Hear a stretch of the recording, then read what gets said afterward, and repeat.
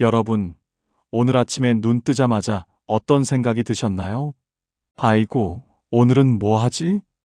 또 하루가 지겹네 하며 한숨부터 나오셨나요? 아니면 오늘도 내 마음대로 신나는 하루 보내야지 하며 환하게 웃으며 하루를 시작하셨나요? 같은 아침이지만 누군가는 무겁게, 누군가는 가볍게 하루를 엽니다. 도대체 무엇이 노년의 팔자를 가를까요? 강남의 빌딩 한 채? 자식이 벤처기업 사장이면 뭐합니까? 바쁘다고 1년에 한 번 얼굴 보기도 힘듭니다. 그건 허울 좋은 껍데기지요. 수백억 수천억 자산가여도 병원에 누워 아무것도 못하면 그게 무슨 소용입니까? 오늘 제가 드릴 말씀은 70, 80이 되어도 당당하게 매일을 소풍처럼 즐겁게 사는 진짜 상팔자들의 비밀 8가지를 알아보고자 합니다. 내 팔자는 왜 이래? 하시는 분은 오늘 이야기를 끝까지 들어보세요. 영상이 끝날 때쯤 인생의 해답을 얻으시고 여러분의 인생이 달라 보일 겁니다. 자, 팔자 좋은 사람의 8가지 비밀 시작하겠습니다. 첫 번째, 죽을 때까지 내 집에서 사는 사람입니다. 여러분, 이게 얼마나 큰 축복인지 아십니까? 제가 아는 분 중에 이런 분이 계셨습니다. 70대 후반의 김할머니라는 분인데요. 서울 변두리에 작은 빌라 한 채를 가지고 계셨어요. 평수로 치면 15평도 안 되는 정말 아담한 집이었지요.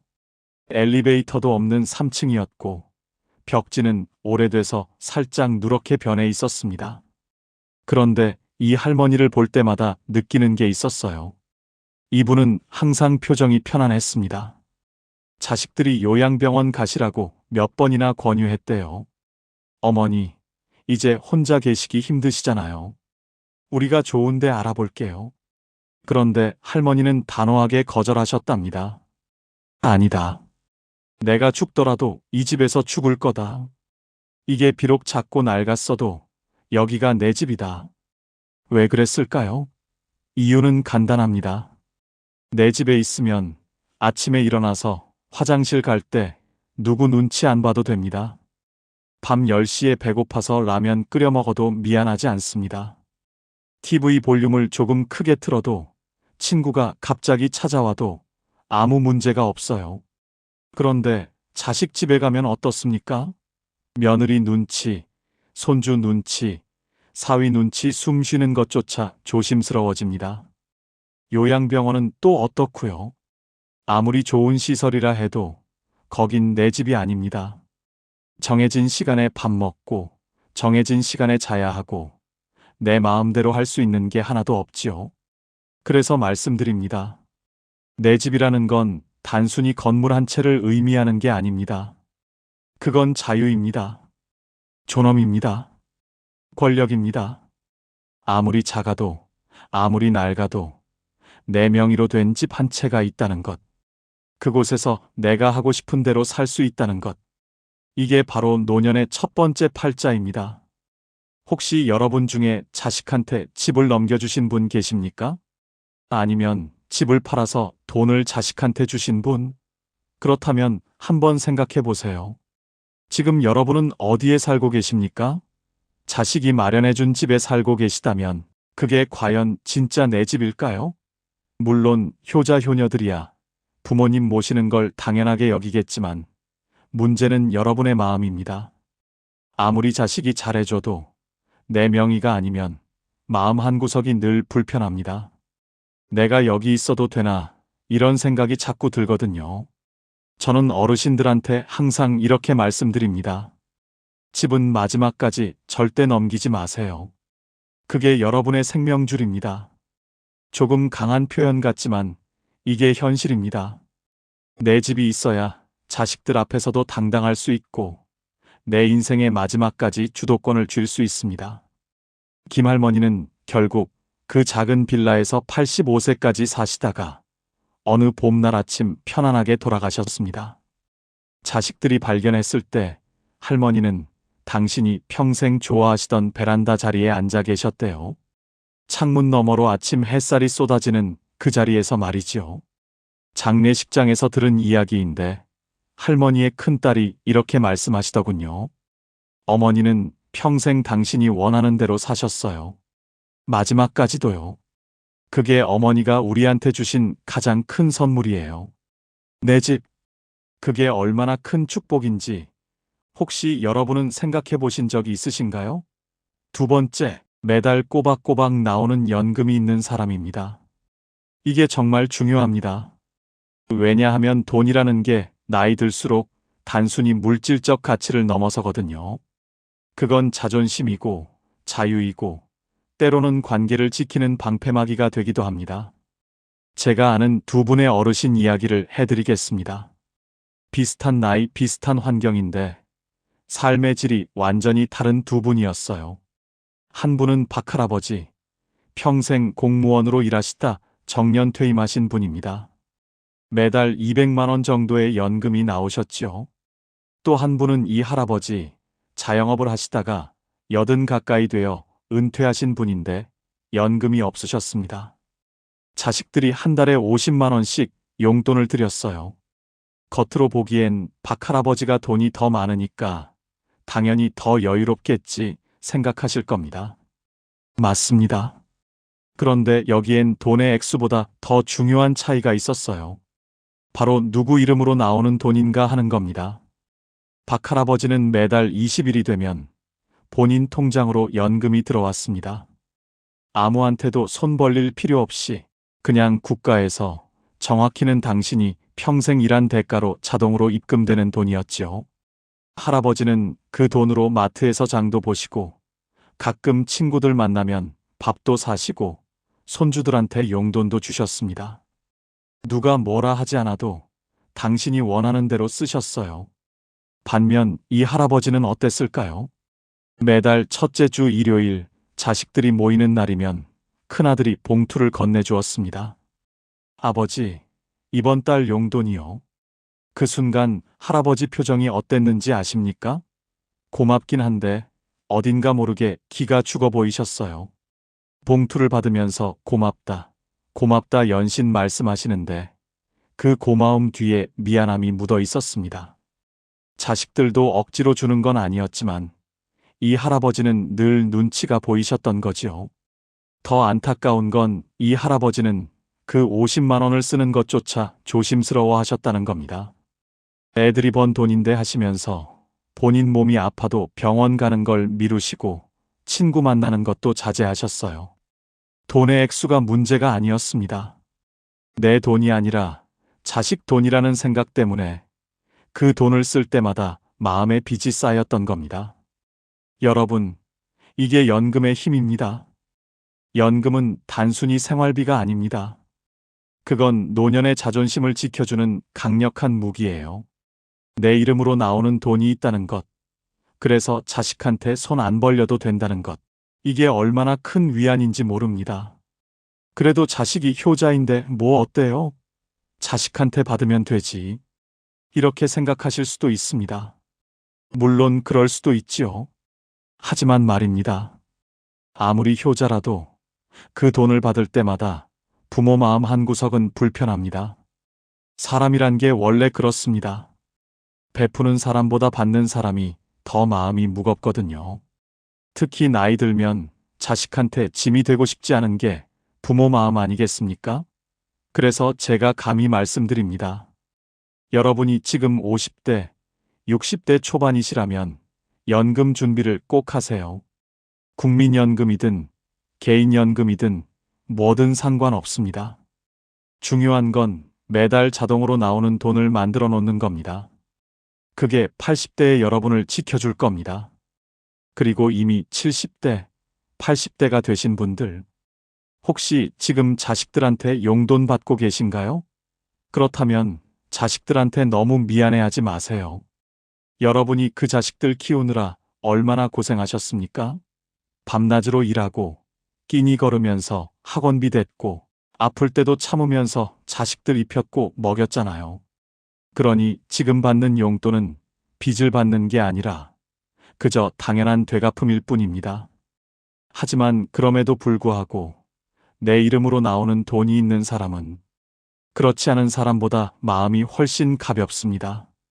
지갑이 두둑해야 마음도 두둑해지는 법이니까요. 세 번째, 혼자서도 기가 막히게 잘 노는 사람입니다. 혹시 여러분 주변에 이런 분 안 계십니까? 자식들은 멀리 살고, 배우자도 없고, 친구들도 이제 다들 몸이 불편해서 자주 못 만나는데, 그런데도 이상하게 심심해하지 않고 매일 뭔가 재미있게 사는 사람 말이에요. 제가 동네에서 만난 최할머니가 딱 그랬습니다. 올해 76세이신데 혼자 사세요.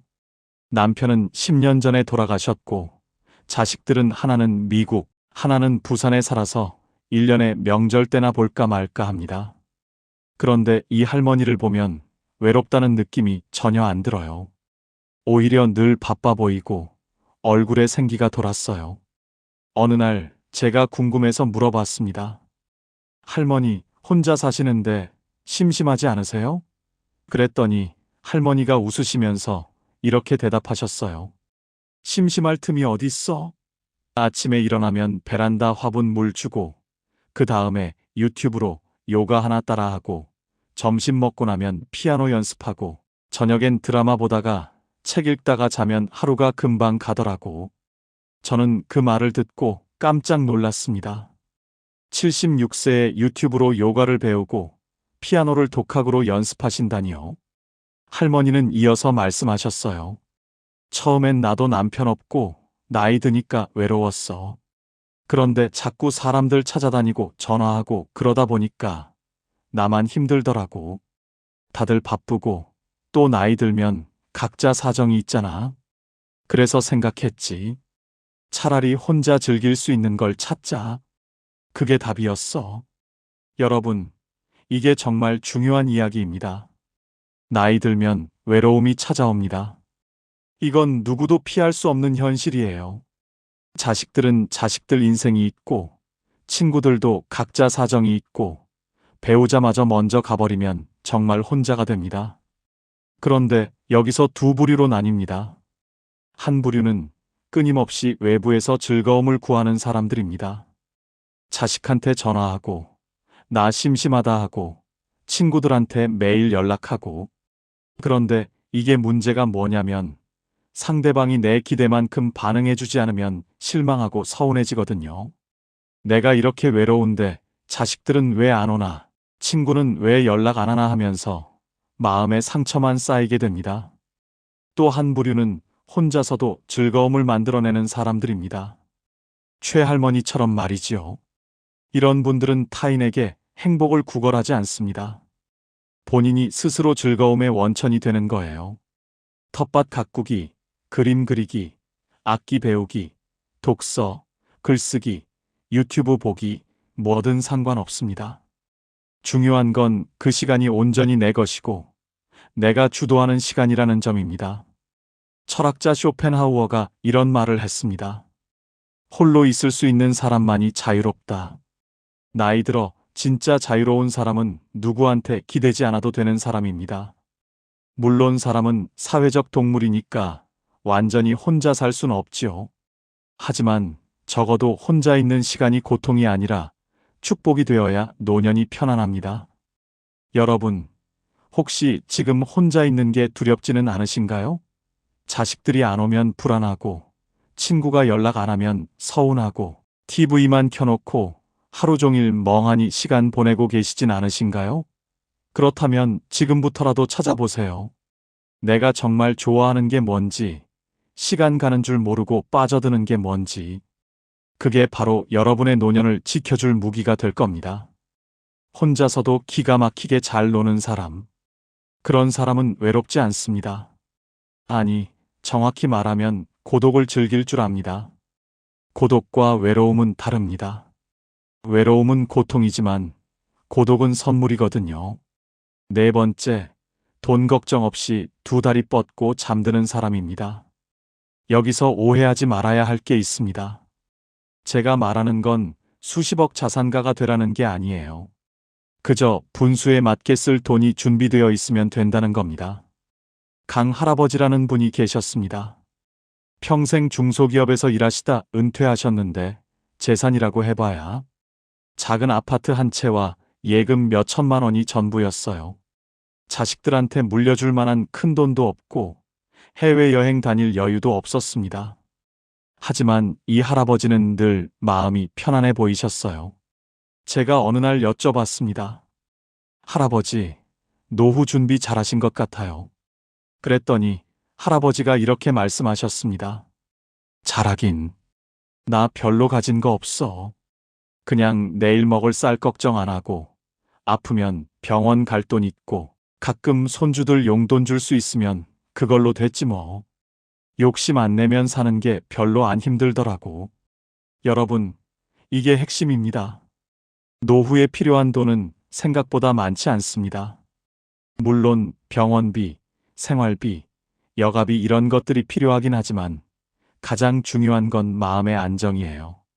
내일 당장 쌀이 떨어질까봐 조마조마하지 않고 갑자기 아파도 병원 갈 돈이 있다는 확신, 이게 노년의 평화를 만듭니다. 반대로 돈은 많은데 불안한 사람들도 있습니다. 제가 아는 한 할머니는 자식들한테 이미 재산을 다 물려주셨어요. 내가 죽으면 너희가 상속세 내느라 힘들까봐 하시면서 미리 증여하신 거지요. 그런데 문제가 뭐였는지 아십니까? 정작 본인 수중엔 돈이 별로 없게 된 겁니다. 자식들이 효자고 효녀니까 생활비는 대주지만 그래도 할머니는 늘 불안하셨어요. 내가 오래 살면 애들한테 짐이 되는 거 아닐까? 이런 걱정에 밤잠을 설치셨다고 합니다. 여기서 우리가 배울 교훈이 있습니다. 자식한테 재산을 물려주는 건 좋은데 본인 몫은 반드시 남겨놔야 한다는 겁니다. 죽는 날까지 본인이 쓸 돈은 본인이 직접 쥐고 있어야 해요. 그래야 자식들 앞에서도 당당하고 갑자기 목돈이 필요해도 누구한테 손 안 벌립니다. 돈이라는 건 이상합니다. 있으면 있는 대로 없으면 없는 대로 사는 게 인생인데 막상 노년이 되면 돈이 단순한 물질이 아니라 심리적 안전망이 되거든요. 통장에 찍힌 숫자가 많고 적음을 떠나서 나 지금 괜찮아. 당분간 걱정 없어. 이렇게 생각할 수 있느냐 없느냐가 삶의 질을 완전히 바꿔놓습니다. 그래서 말씀드립니다. 여러분이 지금 60대, 70대 초반이시라면 자식한테 미리 다 주지 마세요. 집도 그렇고 현금도 그렇고 최소한 본인이 90세, 100세까지 살 거 생각하고 넉넉하게 남겨두세요. 자식들이 아버지, 어머니, 증여하면 세금 절약돼요. 이렇게 말할 수도 있는데 절대 속지 마세요. 세금 아끼려다가 노년에 자존감 잃으면 그게 무슨 소용입니까? 강 할아버지는 지금도 그 작은 아파트에서 편안하게 사십니다. 자식들한테 물려준 건 없지만 자식들이 오히려 할아버지를 더 존중합니다. 왜냐하면 할아버지는 아직도 경제적으로 독립적이시거든요. 돈 달라고 안 하고 오히려 명절 때마다 용돈을 주시니까 자식들 입장에서도 부담 없고 편한 겁니다. 여러분, 돈 걱정 없이 두 다리 뻗고 잔다는 게 뭔지 아십니까? 밤에 누워서 내일 뭘 먹지? 병원비는 어떡하지? 자식한테 또 손 벌려야 하나? 이런 생각 안 하는 겁니다. 그냥 편안하게 눈 감고 오늘도 괜찮았어. 내일도 괜찮을 거야. 이렇게 생각하며 잠드는 겁니다. 5번째, 내 몸이 내 말을 잘 듣는 사람입니다. 이게 정말 중요합니다. 아무리 돈이 많아도, 아무리 자식이 잘나도 내 몸을 내가 제어할 수 없으면 행복하기 어렵습니다. 조 할아버지라는 분이 계셨어요. 젊었을 때 사업을 크게 하셔서 재산이 꽤 많으셨습니다. 서울에 아파트도 여러 채 있고 자식들도 다 잘 컸어요. 그런데 70대 중반에 중풍이 오셨습니다. 왼쪽 몸이 마비되면서 걷지도 못하고 말도 어눌해지셨어요. 자식들이 좋은 요양병원에 모시고 간병인도 붙여드렸지만 할아버지 표정은 늘 어두웠습니다. 어느 날 제가 병문안을 갔더니 할아버지가 눈물을 글썽이시면서 이렇게 말씀하시더군요. 말이 잘 안 나오셔서 한참을 애쓰셨는데 간신히 이렇게 말씀하셨습니다. 돈이 소용없더라. 화장실도 혼자 못 가는데 그 말을 듣고 저는 가슴이 먹먹했습니다. 평생 돈 벌느라 고생하시고 자식들 잘 키우시고 이제 편하게 사실 나이인데 정작 본인 몸을 본인이 컨트롤할 수 없으니 모든 게 무의미해진 겁니다. 반대로 윤 할머니는 어떠셨는지 말씀드리겠습니다. 올해 82세이신데 재산은 별로 없으세요. 작은 전셋집에서 혼자 사시는데 이 할머니는 매일 아침 30분씩 산책을 하십니다. 무릎도 좀 안 좋고 허리도 가끔 아프시지만 그래도 지팡이 짚고 천천히 동네 한 바퀴 도시는 겁니다. 그리고 집에 와서 혼자 밥 해 드시고 청소하시고 빨래하시고 모든 걸 혼자 하세요. 제가 물어봤습니다. 할머니, 힘드시지 않으세요? 할머니가 웃으시면서 말씀하셨어요. 힘들긴 한데 그래도 내 몸이 내 말을 들으니까 다행이지. 요새 내 또래들 보면 다들 누워 지내거나 휠체어 타고 다니는데 나는 비록 느려도 내 발로 걷잖아. 그게 얼마나 큰 행운인지 몰라.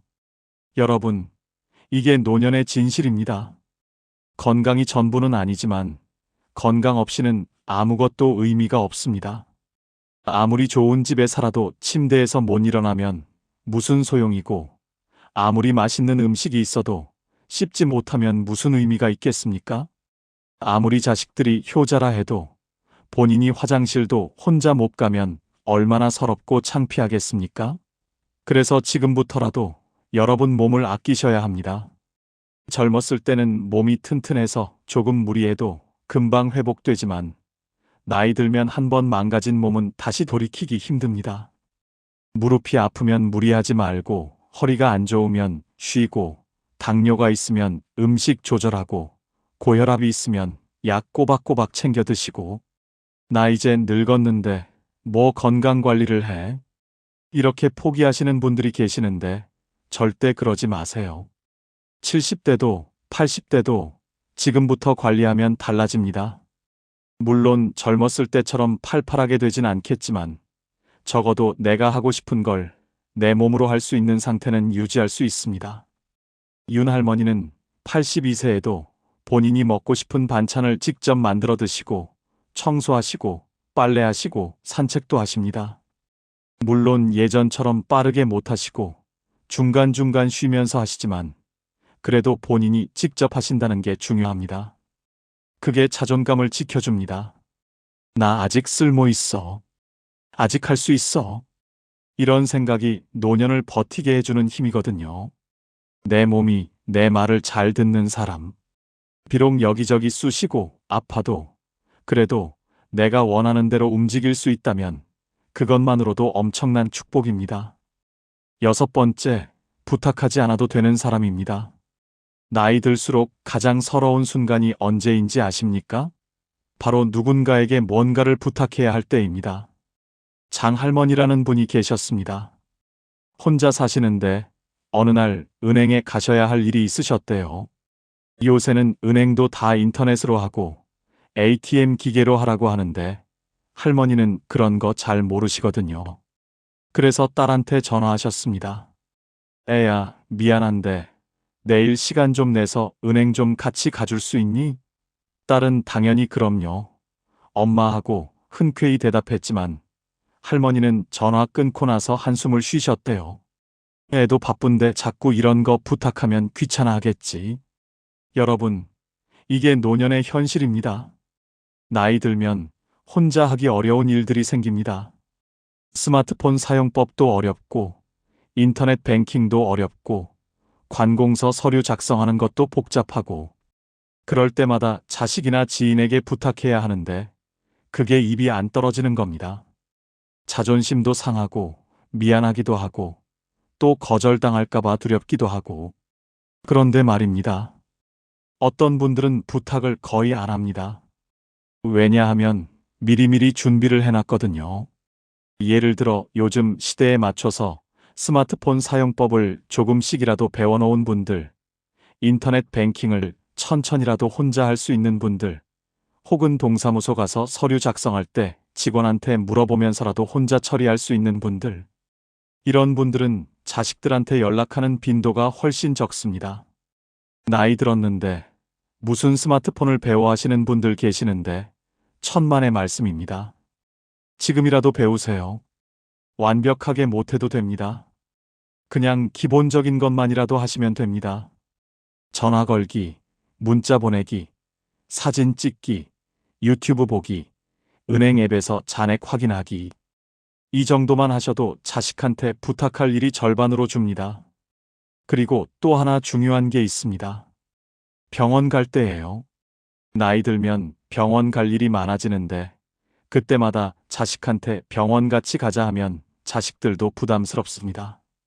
물론 큰 수술이나 중요한 진료는 당연히 함께 가야겠지만 단순히 약 타러 가거나 정기검진 받으러 갈 때는 혼자 가실 수 있으면 좋습니다.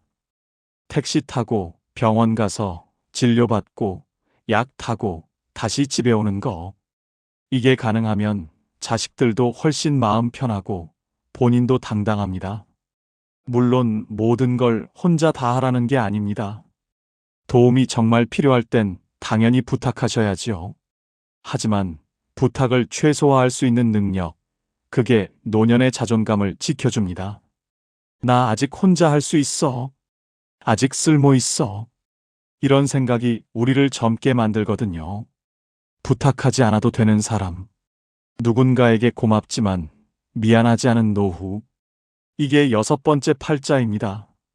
7번째, 오늘 하루를 이유 없이 만족하는 사람입니다. 이게 사실 가장 어려우면서도 가장 중요한 팔자일지도 모릅니다. 여러분, 혹시 요즘 이런 생각하시진 않으신가요? 오늘 뭐 특별한 일도 없었는데 그냥 평범하게 밥 먹고 TV 보고 그렇게 하루가 갔네 그러면서 왠지 허전하고 공허한 느낌. 뭔가 의미 있는 일을 해야 할 것 같은데 막상 하루를 돌아보면 별로 한 게 없는 것 같고 이런 마음 말입니다. 그런데 정할아버지는 다르셨습니다. 올해 78세이신데 이분은 특별한 취미도 없고 큰 계획도 없으세요. 그냥 아침에 일어나서 세수하고 아침 먹고 동네 한 바퀴 걷고 점심 먹고 낮잠 자고 저녁 먹고 TV 보다가 책 조금 읽고 주무세요. 매일 똑같은 일상입니다. 제가 물어봤습니다. 할아버지, 매일 똑같은데 심심하지 않으세요? 할아버지가 웃으시면서 이렇게 대답하셨어요. 심심하긴. 근데 있잖아. 나 이 나이까지 살면서 깨달은 게 하나 있어. 특별한 일이 없다는 게 얼마나 큰 행운인지. 아프지 않고, 배고프지 않고, 추위에 떨지 않고, 그냥 평범하게 하루를 보낼 수 있다는 게 사실은 기적이더라고. 여러분, 이게 정말 중요한 깨달음입니다.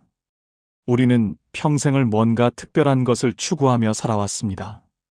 더 좋은 직장, 더 큰 집, 더 많은 돈, 자식들의 성공. 늘 무언가를 향해 달려왔죠. 그런데 나이 들면 이제 더 이상 추구할 게 별로 없어집니다. 직장도 은퇴했고, 집도 정해졌고, 자식들도 다 컸고, 그러니까 갑자기 허전해지는 겁니다. 이제 뭘 하며 살지? 하지만 정할아버지는 다른 관점을 가지고 계셨습니다.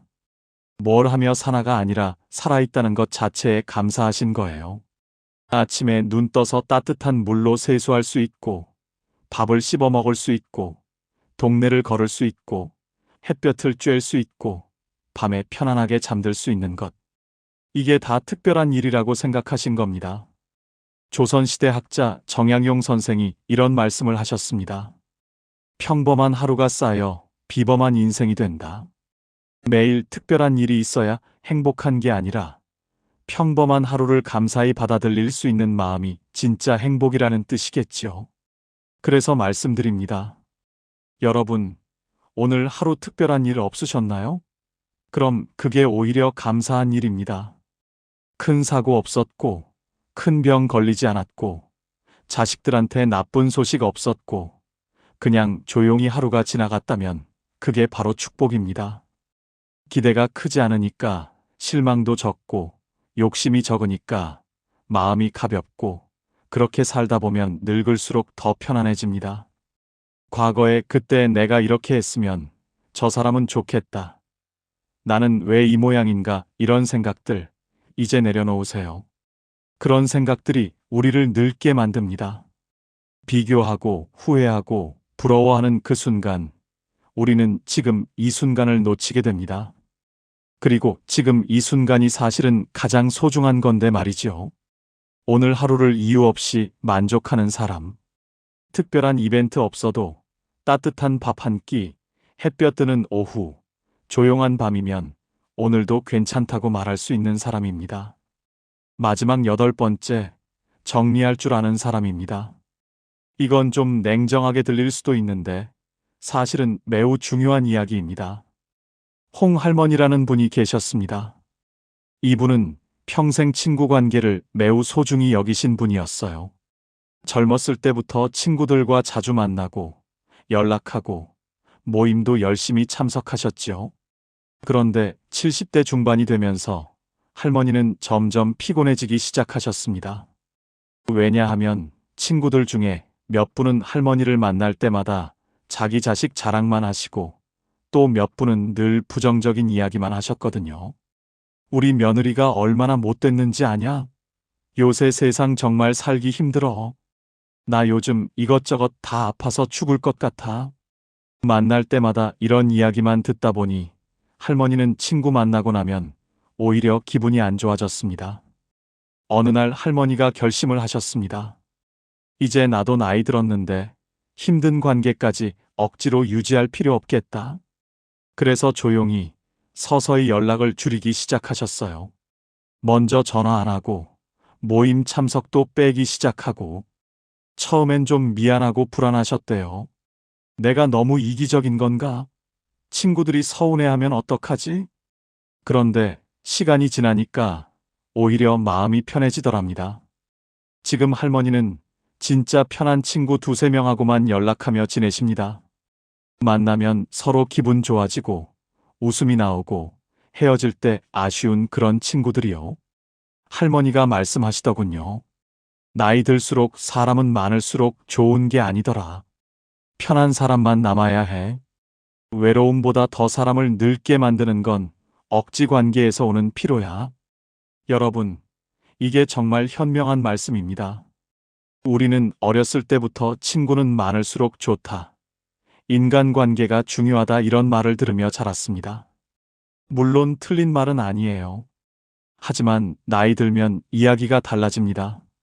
체력도 떨어지고 시간도 한정되어 있는데 굳이 불편한 관계까지 유지하면서 스트레스 받을 필요가 없는 겁니다.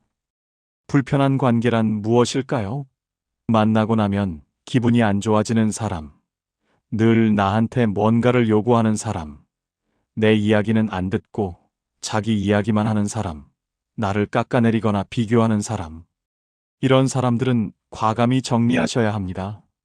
나이 들어서까지 그런 사람들한테 에너지 쏟을 여유가 없습니다. 그래도 오랜 친구인데 어떻게 그렇게 하냐 하실 수도 있습니다. 물론 오랜 인연이 소중하긴 하지요. 하지만 여러분, 오래 안다고 해서 꼭 좋은 관계는 아닙니다. 오히려 오래된 관계일수록 서로 습관적으로 상처 주고받는 경우도 많거든요. 그런 관계라면 정리하는 게 서로에게 좋을 수도 있습니다. 그렇다고 싸우거나 절교 선언할 필요는 없습니다. 그냥 조용히 연락을 줄이면 됩니다. 먼저 전화 안 하고, 모임 참석 안 하고, 그렇게 자연스럽게 멀어지면 됩니다. 처음엔 미안하고 불안할 수 있는데, 조금 지나면, 이게 편하구나 하는 걸 느끼실 겁니다. 그리고 중요한 건 사람을 정리한다고 해서 외로워지는 게 아니라는 겁니다. 오히려 정리하고 나면 진짜 소중한 사람들이 보입니다. 만나면 편하고 웃음이 나오고 서로 힘이 되는 그런 사람들 말이지요. 그런 사람 한두 명만 있어도 노년은 외롭지 않습니다. 연락이 줄어도 불안하지 않은 사람, 혼자여도 초조하지 않은 사람, 불편한 관계는 조용히 내려놓을 줄 아는 사람. 이런 사람은 이미 팔자를 다 타고난 사람입니다. 자, 여러분. 지금까지 나이 들어 세상에서 가장 팔자 좋은 사람의 8가지 특징에 대해 말씀드렸습니다. 다시 한번 정리해 볼까요? 첫째, 죽을 때까지 내 집에서 사는 사람. 둘째, 매달 꼬박꼬박 나오는 연금이 있는 사람. 셋째, 혼자서도 기가 막히게 잘 노는 사람. 넷째, 돈 걱정 없이 2다리 뻗고 잠드는 사람. 다섯째, 내 몸이 내 말을 잘 듣는 사람. 여섯째, 부탁하지 않아도 되는 사람. 일곱째, 오늘 하루를 이유 없이 만족하는 사람. 여덟째, 사람을 정리할 줄 아는 사람. 혹시 여러분은 이 중에서 몇 가지나 가지고 계신가요?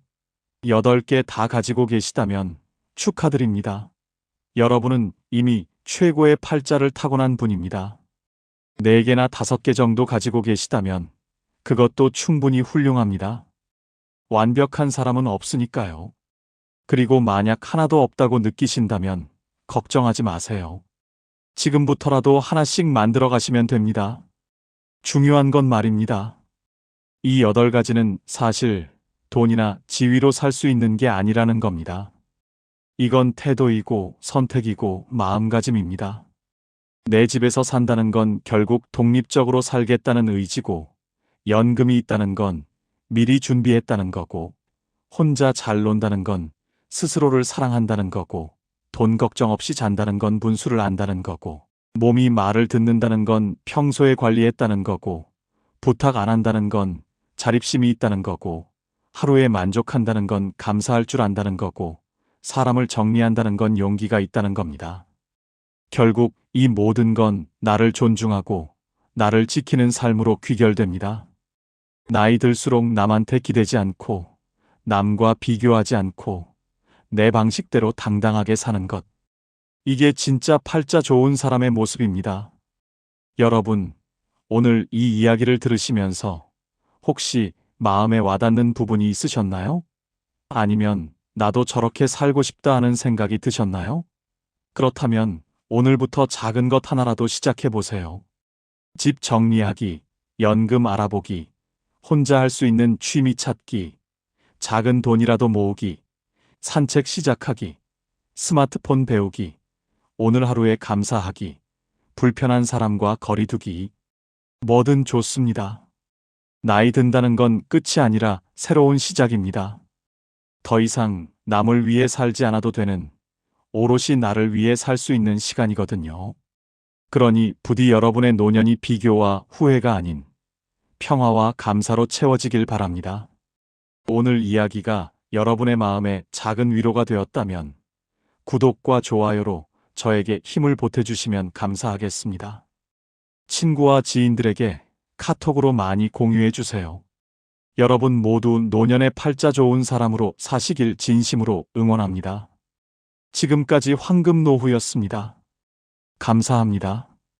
우리는 팔자 좋다는 말을 잘못 이해하고 살았습니다. 팔자 좋은 노후는 돈 많은 노후, 자식 잘된 노후, 건강한 노후라고 생각했습니다. 그래서 평생 돈을 모았고, 자식을 잘 키우려 애썼고, 건강을 지키려 노력했습니다. 그런데 막상 노년이 되어보니 달랐습니다. 평생 잘못 알고 있었던 겁니다. 73세 김정수 씨는 재산이 20억이 넘습니다. 서울에 아파트가 있고, 예금도 있고, 연금도 나옵니다. 돈 걱정은 없습니다. 그런데 정수 씨는 불안합니다. 왜 그럴까요? 밤마다 통장 잔고를 확인합니다. 이 돈으로 얼마나 더 살 수 있을까? 병원비 많이 나오면 어떡하지? 요양원 가려면 얼마나 들까? 돈이 많은데도 돈 걱정을 합니다. 자식들이 자기 재산을 노리는 것 같아서 의심하고 사기당할까봐 사람도 못 만나고 돈 쓰는 것도 아깝고 돈은 많은데 불행합니다. 정수 씨는 제게 말했습니다. 돈이 많으면 행복할 줄 알았는데 돈이 많아도 불안하더라고요. 69세 박미숙 씨는 자식이 잘 됐습니다. 아들은 대기업 임원, 딸은 의사입니다. 손주들도 명문대 다니고 집도 잘 살고 자랑할 게 많습니다. 그런데 미숙 씨는 외롭습니다. 자식들은 바빠서 자주 못 옵니다. 명절에 한 번, 생일에 한 번 보는 게 전부입니다. 전화는 일주일에 한 번 할까 말까입니다. 미숙 씨는 친구들 만나면 자식 자랑을 합니다. 우리 아들이 이번에 또 승진했어. 우리 딸이 병원에서 인정받는데. 자랑은 하는데 마음은 허전합니다. 집에 돌아오면 텅 빈 집이 너무 넓게 느껴집니다. 미숙 씨는 제게 말했습니다. 자식 잘 되면 행복할 줄 알았는데 자식이 잘 돼도 외롭더라고요. 우리가 생각한 팔자 좋은 노후는 이런 게 아니었습니다.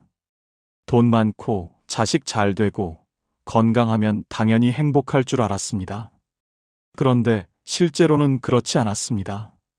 돈 많아도 불안하고 자식 잘 돼도 외롭고 건강해도 무료합니다.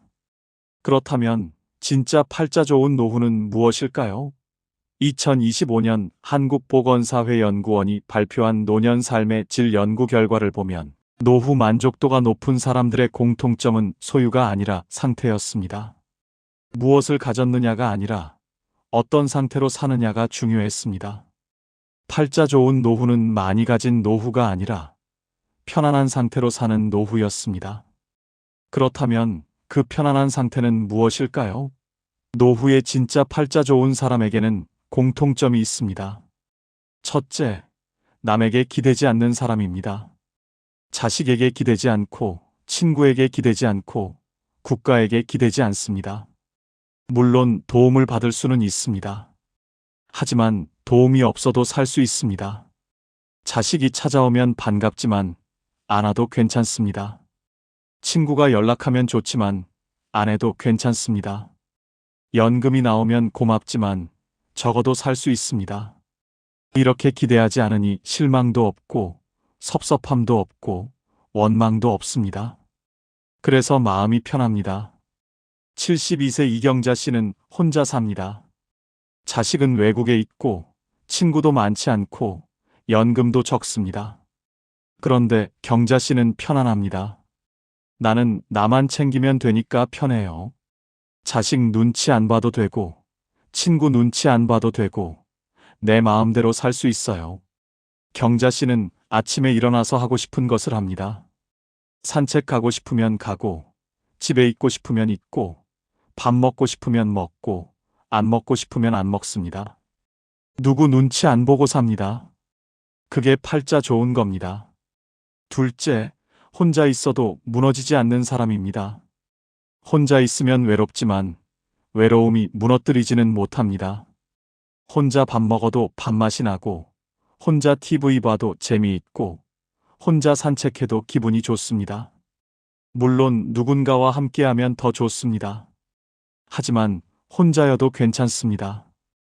혼자를 견디는 게 아니라 혼자를 즐깁니다. 70세 최동수 씨는 혼자 사는데 외로워하지 않습니다. 나는 혼자 있는 게 편해요. 아침에 일어나서 커피 한 잔 마시고 신문 보고 산책 나가고 도서관 가서 책 읽고 집에 와서 음악 듣고 그렇게 하루를 보내요. 외롭다는 생각이 안 들어요.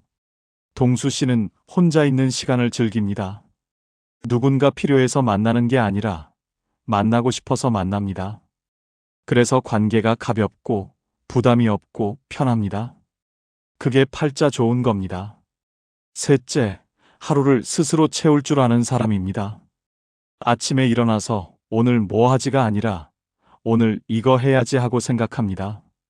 거창한 계획이 아니라 작은 일상입니다. 산책 나가기, 책 읽기, 친구 만나기, 요리하기, 청소하기, 이런 작은 것들로 하루를 채웁니다. 누가 시키지 않아도 스스로 합니다. 누가 함께하지 않아도 혼자 합니다. 그렇게 하루를 채우다 보면 하루가 금방 지나갑니다. 저녁이 되면 오늘도 잘 보냈네 하고 만족합니다. 68세 윤정혜 씨는 매일 아침 계획을 세웁니다.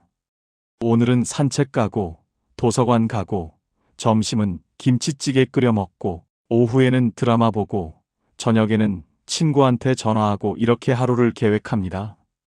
거창하지 않습니다. 그냥 일상입니다. 그런데 이렇게 계획하고 실천하다 보면 하루가 의미 있어집니다. 정혜 씨는 저녁에 일기를 씁니다. 오늘 산책하면서 꽃 봤다. 도서관에서 좋은 책 읽었다.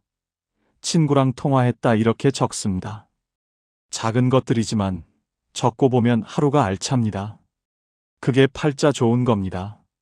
조선시대 실학자 정약용 선생은 유배지에서 18년을 보냈습니다. 가족과 떨어져 혼자 지냈습니다. 외롭고 힘들었을 겁니다. 그런데 정약용 선생은 무너지지 않았습니다. 매일 아침 일어나서 책을 읽고 글을 쓰고 제자를 가르치고 산책을 했습니다. 하루하루를 스스로 채웠습니다. 그렇게 18년을 보내고 나서 500권이 넘는 책을 남겼습니다. 정약용 선생은 이런 말씀을 하셨습니다. 하루를 헛되이 보내지 말라. 오늘을 사는 사람이 내일을 얻는다. 팔자는 타고나는 게 아니라 선택되는 겁니다. 매일 아침 일어나서 오늘을 어떻게 살지 선택하는 것, 그게 팔자를 만듭니다. 그렇다면 구체적으로 노후에 팔자 좋은 사람의 조건은 무엇일까요? 화려하지 않지만 살아보면 가장 중요한 기준들이 있습니다. 첫째, 내 집이 있습니다. 크지 않아도 됩니다. 허름해도 됩니다. 하지만 내 집입니다. 누구 눈치 안 보고 살 수 있는 공간입니다. 아침에 일어나서 거실에 나가도 되고 안 나가도 됩니다. 밥을 먹어도 되고 안 먹어도 됩니다. 청소를 해도 되고 안 해도 됩니다. 내 마음대로입니다. 월세로 사는 노인은 불안합니다. 언제까지 여기 살 수 있을까? 집주인이 나가라고 하면 어디로 가지? 이런 걱정을 합니다. 자식 집에 사는 노인도 불편합니다. 거실에 나가려다가 며느리 눈치 보고 냉장고 열려다가 사위 눈치 보고 방에만 있습니다. 하지만 내 집이 있으면 자유롭습니다. 그게 팔자 좋은 겁니다. 둘째, 빚이 없습니다. 돈이 많지 않아도 됩니다. 하지만 빚은 없습니다. 갚아야 할 돈이 없으니 마음이 편합니다. 매달 이자 걱정 안 해도 되고 독촉 전화 받을 일도 없고 밤에 편하게 잠을 잡니다. 빚이 있는 노인은 잠을 못 잡니다. 밤마다 계산기를 두드립니다. 이자가 얼마지? 원금은 언제 갚지? 죽기 전에 갚을 수 있을까? 걱정이 끝이 없습니다. 하지만 빚이 없으면 편합니다. 적게 살아도 내 것이니까 편합니다. 그게 팔자 좋은 겁니다. 셋째, 고정 수입이 있습니다. 크지 않아도 됩니다. 하지만 매달 일정하게 들어옵니다. 연금이든 임대 수입이든 이자 수입이든 뭐든 매달 들어오는 돈이 있습니다. 이 돈으로 관리비 내고 밥 사 먹고 병원 가고 그렇게 살 수 있습니다. 고정 수입이 없는 노인은 불안합니다. 이번 달은 어떻게 살지? 다음 달은 어떻게 하지? 걱정이 끝이 없습니다. 하지만 고정 수입이 있으면 편합니다. 적어도 계획을 세울 수 있습니다. 그게 팔자 좋은 겁니다. 넷째, 몸이 아직 내 말을 듣습니다. 건강하지 않아도 됩니다. 여기저기 아픈 데가 있어도 됩니다. 하지만 내가 움직이고 싶으면 움직일 수 있습니다. 화장실 혼자 갈 수 있고, 밥 혼자 먹을 수 있고, 옷 혼자 입을 수 있습니다. 완전히 건강하지 않아도 기본적인 것은 혼자 할 수 있습니다. 누워있는 노인은 불행합니다. 화장실 가려면 누군가 도와줘야 하고, 밥 먹으려면 떠먹여줘야 하고, 옷 입으려면 입혀줘야 합니다. 자존심이 상합니다. 하지만 혼자 움직일 수 있으면 자유롭습니다. 그게 팔자 좋은 겁니다. 다섯째, 교통이 편합니다. 집 근처에 버스 정류장이 있고, 지하철역이 있고, 마트가 있고, 병원이 있습니다. 걸어서 갈 수 있는 거리에 다 있습니다. 외진 곳에 사는 노인은 불편합니다. 장 보러 가려면 택시 타야 하고, 병원 가려면 자식 차 얻어 타야 하고, 나갈 때마다 눈치 봅니다. 하지만 교통이 편하면 자유롭습니다. 버스 타고 어디든 갈 수 있습니다. 그게 팔자 좋은 겁니다. 여섯째, 혼자 밥을 먹을 수 있습니다. 누군가 차려주지 않아도 됩니다. 혼자 라면 끓여 먹고, 밥 해 먹고, 김치 꺼내 먹습니다. 맛있지 않아도 됩니다. 거창하지 않아도 됩니다. 하지만 혼자 해 먹을 수 있습니다. 혼자 못 해 먹는 노인은 의존적입니다. 누군가 해줘야 밥을 먹습니다. 자식이 안 오면 굶고 도우미가 안 오면 굶습니다. 하지만 혼자 해 먹을 수 있으면 자유롭습니다. 그게 팔자 좋은 겁니다. 일곱째, 내일 할 일이 있습니다. 거창한 일이 아닙니다. 내일 도서관 가야지, 내일 친구 만나야지, 내일 청소해야지, 이런 작은 일입니다. 하지만 내일 할 일이 있으니 내일이 기다려집니다. 할 일 없는 노인은 무료합니다. 내일도 그냥 집에 있겠지. 내일도 TV만 보겠지. 내일이 안 기다려집니다. 하지만 할 일이 있으면 내일이 기다려집니다. 그게 팔자 좋은 겁니다. 여덟째, 통장에 비상금이 있습니다. 많지 않아도 됩니다. 1,000만 원 정도면 됩니다. 갑자기 돈 쓸 일이 생겨도 당황하지 않습니다. 이가 아파서 치과 가야 하면 가고, 안경이 망가져서 새로 맞춰야 하면 맞추고, 보일러가 고장나서 고쳐야 하면 고칩니다. 비상금 없는 노인은 불안합니다. 갑자기 돈 쓸 일이 생기면 자식한테 손 벌려야 합니다. 하지만 비상금이 있으면 편합니다. 그게 팔자 좋은 겁니다. 아홉째, 마음 편한 사람이 한 명 있습니다. 자식이든 친구든 이웃이든 한 명이면 됩니다. 힘들 때 전화할 수 있는 사람, 아플 때 부를 수 있는 사람, 외로울 때 만날 수 있는 사람이 한 명 있습니다. 많을 필요 없습니다. 한 명이면 됩니다. 아무도 없는 노인은 외롭습니다. 힘들어도 혼자 견디고, 아파도 혼자 버티고, 외로워도 혼자 있습니다. 하지만 한 명이라도 있으면 든든합니다. 그게 팔자 좋은 겁니다. 열째, 하루를 후회 없이 마칩니다. 저녁에 잠자리에 들 때 오늘 잘 보냈네 하고 생각합니다. 후회가 없습니다. 오늘 그 사람한테 그렇게 말할 걸, 오늘 그거 할 걸, 이런 후회가 없습니다. 오늘 할 일을 했고, 오늘 만날 사람을 만났고, 오늘 하루를 살았습니다. 그래서 편하게 잠듭니다. 후회 많은 노인은 잠을 못 잡니다. 밤마다 후회합니다. 하지만 후회 없이 사는 노인은 편하게 잠듭니다. 그게 팔자 좋은 겁니다. 이 10가지가 노후의 팔자 좋은 사람의 현실적 조건입니다. 화려하지 않습니다. 거창하지 않습니다.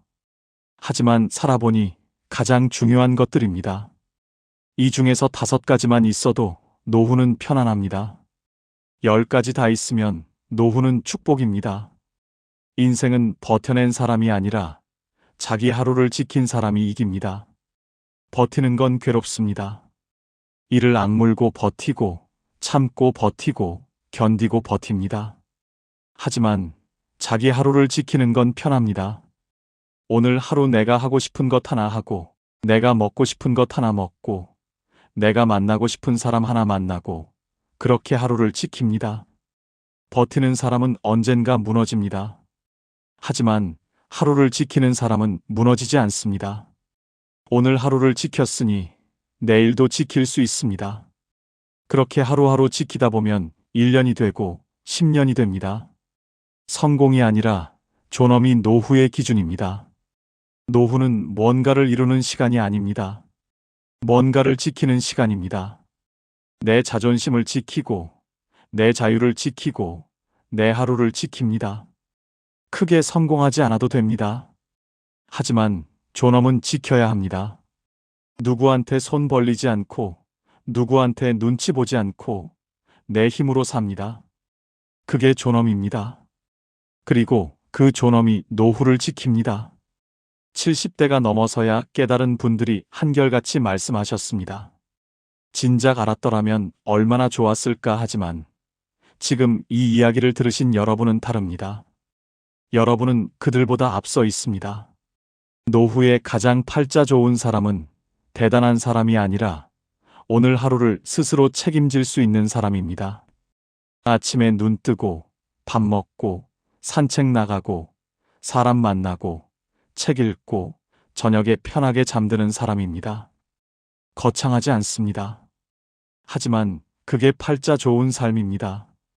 우리는 평생 주는 것만 배웠지, 멈추는 것은 배우지 못했습니다. 하지만 이제는 압니다. 조금 덜 해주는 것도 사랑이라는 걸요. 이제는 조금 짐을 내려놓아도 됩니다. 이제는 나를 위해 살아도 됩니다.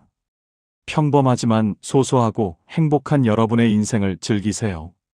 여러분의 노후가 행복하시길 진심으로 응원합니다. 지금까지 황금 노후였습니다. 감사합니다. 노후의 팔자 좋다는 말, 우리는 언제부터 돈 많고 자식 잘 된 사람을 떠올리게 되었을까요? 강남에 아파트 서너 채 가진 사람, 자식이 의사나 변호사인 사람, 해외여행 자주 다니는 사람. 그런 사람들을 보면서 저 사람 참 팔자 좋다고 말합니다. 하지만 정말 그럴까요? 진짜 팔자 좋은 노후는 버틸 필요가 없는 삶입니다. 누구 눈치 안 보고, 누구한테 기대지 않고, 혼자 있어도 무너지지 않고, 오늘 하루를 스스로 채울 수 있는 삶. 그게 진짜 상팔자입니다. 오늘 이 이야기를 끝까지 들으시면 노후를 천국처럼 사는 사람들의 공통점을 분명히 알게 되실 겁니다. 옛사람들은 인생길을 걸으며 나누는 담담한 이야기를 노정한담이라고 불렀습니다. 목적지보다 그 길 위에서 나눈 말들이 더 오래 남았지요. 급하게 답을 찾으려 하지 않고 그저 걸으며 서로의 이야기를 듣고 가끔 고개를 끄덕이고 그렇게 함께 길을 걷는 것. 그게 노정한담이었습니다. 나이가 들수록 우리는 더 많은 조언보다 이해받는 이야기를 원합니다. 누군가 나를 가르치려 들기보다 내 이야기를 들어주고 그럴 수 있지요 하고 고개를 끄덕여주는 사람을 찾게 됩니다. 그리고 노후가 될수록 신기한 일이 벌어집니다. 누군가는 점점 편안해지고 누군가는 더 불안해집니다. 똑같이 나이를 먹는데 어떤 사람은 하루하루가 평온하고 어떤 사람은 하루하루가 무거워집니다. 놀랍게도 그 차이는 돈, 자식, 명예 때문이 아닙니다. 돈 많은 노인이 불안해하고 자식 잘된 노인이 외로워하고 명예 있던 노인이 초라해하는 경우를 우리는 주변에서 봅니다. 반대로 돈은 많지 않아도 평온한 노인, 자식과 자주 만나지 않아도 담담한 노인, 크게 이룬 것 없어도 당당한 노인도 있습니다. 실제 노년 상담 사례에서도 삶의 만족도를 가르는 기준은 전혀 다른 곳에 있었습니다. 재산 규모도 아니고 자식의 성공도 아니고 건강 상태도 아니었습니다. 그렇다면 무엇이 노후를 가른 걸까요? 오늘은 인생 후반길에서 만난 가장 팔자 좋은 사람의 공통점을 노정한담처럼 조용히 나눠보려 합니다. 화려하지 않지만 살아보니 가장 중요했던 것들, 당연해 보이지만 지켜보니 가장 어려웠던 것들, 그 이야기를 시작합니다. 우리는 팔자 좋다는 말을 잘못 이해하고 살았습니다.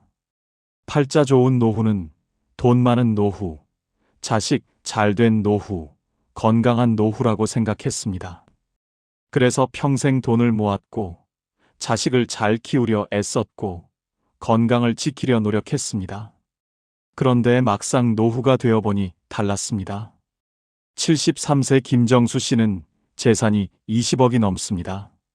서울에 아파트가 있고, 예금도 있고, 연금도 나옵니다. 돈 걱정은 없습니다. 그런데 정수 씨는 불안합니다. 밤마다 통장 잔고를 확인합니다.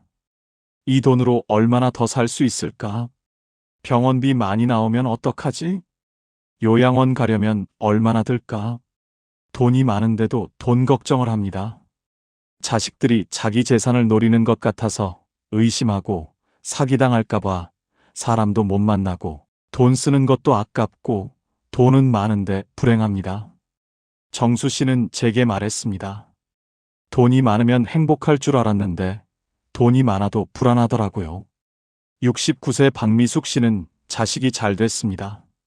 아들은 대기업 임원, 딸은 의사입니다. 손주들도 명문대 다니고 집도 잘 살고 자랑할 게 많습니다. 그런데 미숙 씨는 외롭습니다.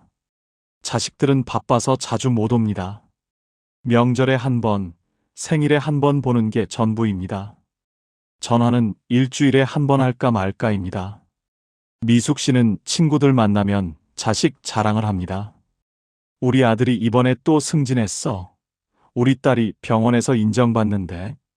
자랑은 하는데 마음은 허전합니다.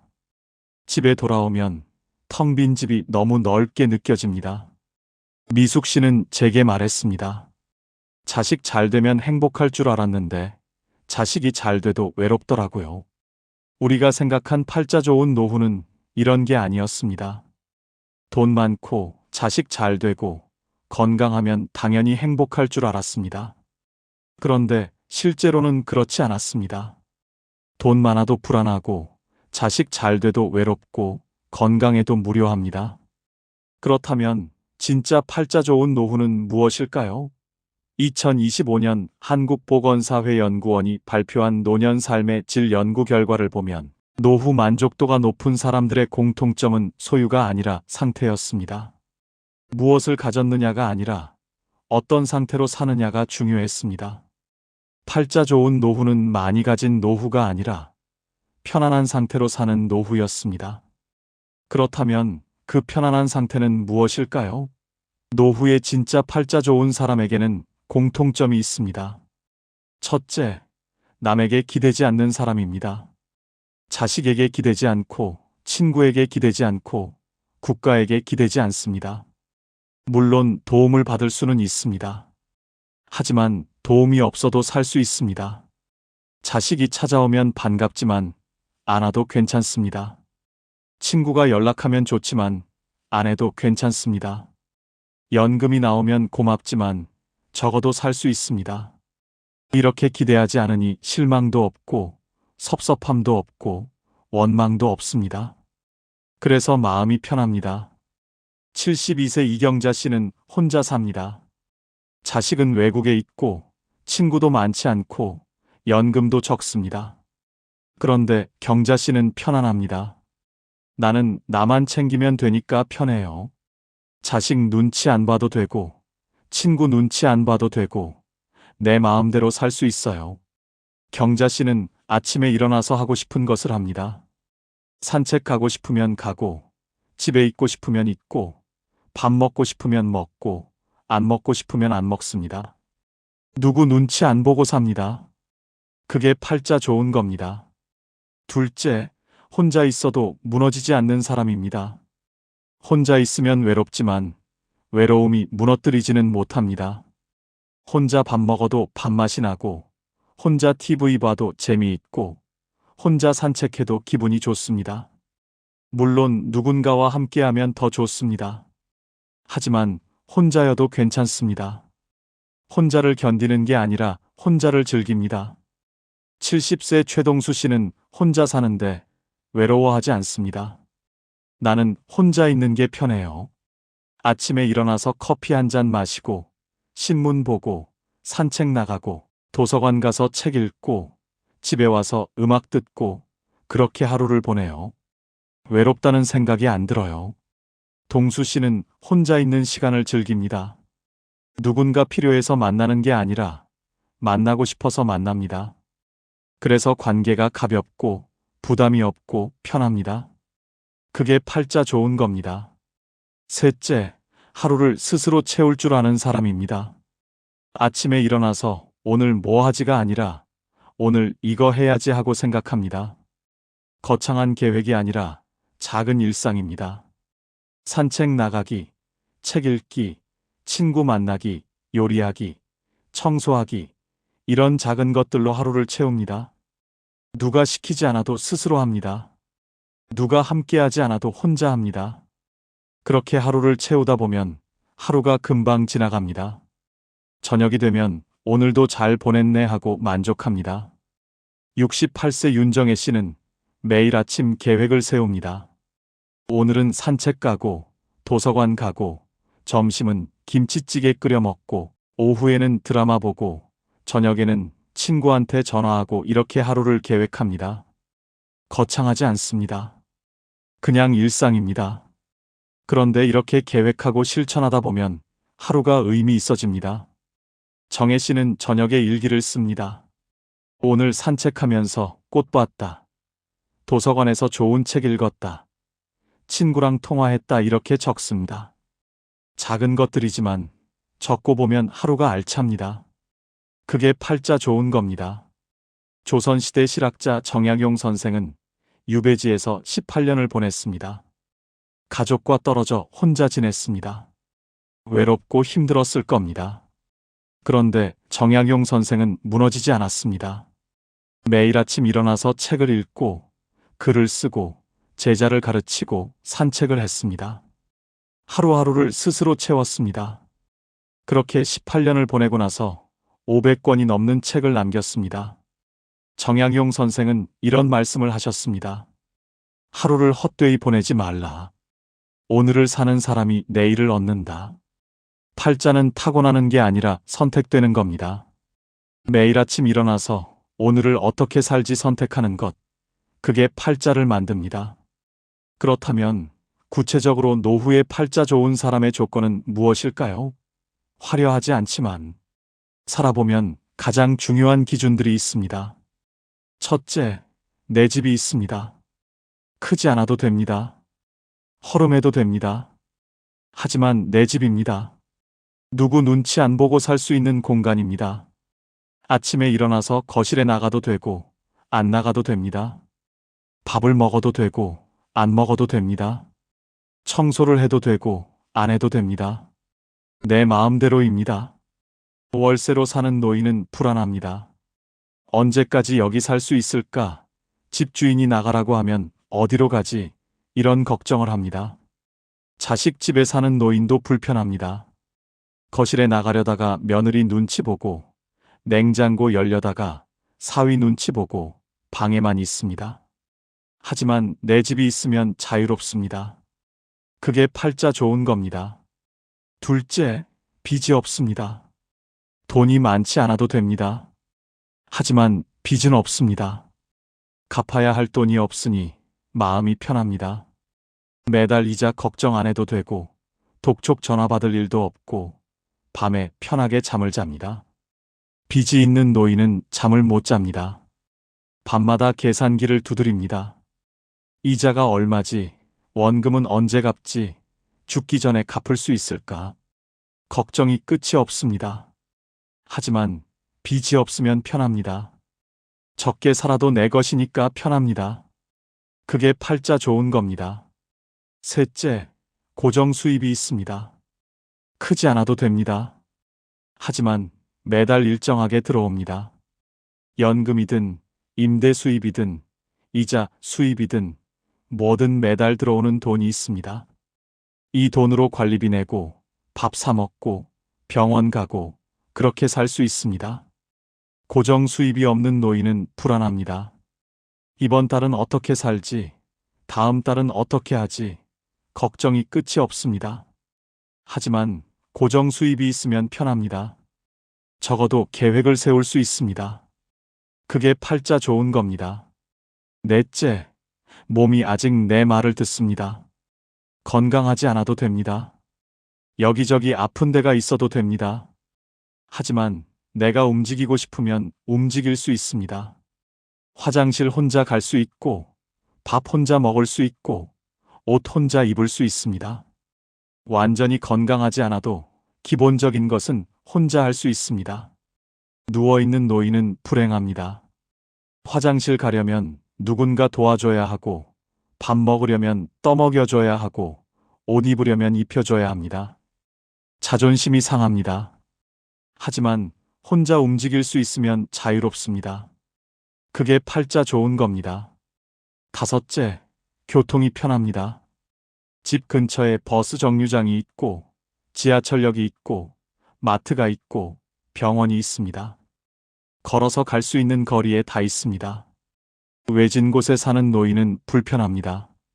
장 보러 가려면 택시 타야 하고, 병원 가려면 자식 차 얻어 타야 하고 나갈 때마다 눈치 봅니다. 하지만 교통이 편하면 자유롭습니다. 버스 타고 어디든 갈 수 있습니다. 그게 팔자 좋은 겁니다. 여섯째, 혼자 밥을 먹을 수 있습니다. 누군가 차려주지 않아도 됩니다. 혼자 라면 끓여 먹고, 밥 해 먹고, 김치 꺼내 먹습니다. 맛있지 않아도 됩니다. 거창하지 않아도 됩니다. 하지만 혼자 해 먹을 수 있습니다. 혼자 못 해 먹는 노인은 의존적입니다. 누군가 해줘야 밥을 먹습니다. 자식이 안 오면 굶고 도우미가 안 오면 굶습니다. 하지만 혼자 해 먹을 수 있으면 자유롭습니다. 그게 팔자 좋은 겁니다. 일곱째, 내일 할 일이 있습니다. 거창한 일이 아닙니다. 내일 도서관 가야지, 내일 친구 만나야지, 내일 청소해야지, 이런 작은 일입니다. 하지만 내일 할 일이 있으니 내일이 기다려집니다. 할 일 없는 노인은 무료합니다. 내일도 그냥 집에 있겠지. 내일도 TV만 보겠지. 내일이 안 기다려집니다. 하지만 할 일이 있으면 내일이 기다려집니다. 그게 팔자 좋은 겁니다. 여덟째, 통장에 비상금이 있습니다. 많지 않아도 됩니다. 1,000만 원 정도면 됩니다. 갑자기 돈 쓸 일이 생겨도 당황하지 않습니다. 이가 아파서 치과 가야 하면 가고, 안경이 망가져서 새로 맞춰야 하면 맞추고, 보일러가 고장나서 고쳐야 하면 고칩니다. 비상금 없는 노인은 불안합니다. 갑자기 돈 쓸 일이 생기면 자식한테 손 벌려야 합니다. 하지만 비상금이 있으면 편합니다. 그게 팔자 좋은 겁니다. 아홉째, 마음 편한 사람이 한 명 있습니다. 자식이든 친구든 이웃이든 한 명이면 됩니다. 힘들 때 전화할 수 있는 사람, 아플 때 부를 수 있는 사람, 외로울 때 만날 수 있는 사람이 한 명 있습니다. 많을 필요 없습니다. 한 명이면 됩니다. 아무도 없는 노인은 외롭습니다. 힘들어도 혼자 견디고, 아파도 혼자 버티고, 외로워도 혼자 있습니다. 하지만 한 명이라도 있으면 든든합니다. 그게 팔자 좋은 겁니다. 열째, 하루를 후회 없이 마칩니다. 저녁에 잠자리에 들 때 오늘 잘 보냈네 하고 생각합니다. 후회가 없습니다. 오늘 그 사람한테 그렇게 말할 걸, 오늘 그거 할 걸, 이런 후회가 없습니다. 오늘 할 일을 했고, 오늘 만날 사람을 만났고, 오늘 하루를 살았습니다. 그래서 편하게 잠듭니다. 후회 많은 노인은 잠을 못 잡니다. 밤마다 후회합니다. 하지만 후회 없이 사는 노인은 편하게 잠듭니다. 그게 팔자 좋은 겁니다. 이 10가지가 노후에 팔자 좋은 사람의 현실적 조건입니다. 화려하지 않습니다. 거창하지 않습니다. 하지만 살아보니 가장 중요한 것들입니다. 이 중에서 5가지만 있어도 노후는 편안합니다. 10가지 다 있으면 노후는 축복입니다. 그렇다면 이 중에서 가장 중요한 것은 무엇일까요? 노후에 가장 상팔자인 사람의 핵심 5가지를 말씀드리겠습니다. 첫째, 내 집에서 눈치 안 보고 사는 자유입니다. 집이 크든 작든, 낡든 새 것이든 내 집이면 됩니다. 아침에 일어나서 거실 나갈 때 눈치 안 봐도 되고, 냉장고 열 때 눈치 안 봐도 되고, 친구 부를 때 눈치 안 봐도 됩니다. 이게 자유입니다. 75세 김영희 씨는 30평 아파트에 혼자 삽니다. 여기가 내 집이에요. 누구 눈치 안 보고 살 수 있어요. 자식 집에 가면 눈치 봐야 하는데 여기는 내 마음대로예요. 이게 제일 좋아요. 내 집이 있다는 건 자유가 있다는 겁니다. 그게 상팔자입니다. 둘째, 연금이라는 흔들리지 않는 수입입니다. 많지 않아도 됩니다. 매달 80만 원이든 100만 원이든 일정하게 들어옵니다. 이 돈으로 살 수 있습니다. 자식한테 손 안 벌려도 되고, 누구한테 빌릴 필요도 없고, 내 돈으로 삽니다. 73세 박철수 씨는 연금 90만 원으로 삽니다. 많지는 않아요. 하지만 매달 일정하게 나오니까 계획을 세울 수 있어요. 이번 달에 얼마 쓸지 알고, 다음 달에도 얼마 들어올지 알고, 그게 안심이 돼요. 연금이 있다는 건 안정이 있다는 겁니다. 그게 상팔자입니다. 셋째, 혼자서도 잘 노는 능력입니다. 누군가 함께하지 않아도 즐겁습니다. 혼자 산책 나가도 좋고, 혼자 책 읽어도 좋고, 혼자 음악 들어도 좋습니다. 외롭지 않습니다. 혼자 있는 시간이 편합니다. 70세 이순자 씨는 혼자 노는 법을 압니다. 나는 혼자 있는 게 좋아요. 아침에 커피 마시면서 창밖 보는 것도 좋고, 오후에 도서관 가서 책 읽는 것도 좋고, 저녁에 음악 들으면서 뜨개질하는 것도 좋아요. 누군가 필요 없어요. 혼자 노는 능력이 있다는 건 자립이 있다는 겁니다.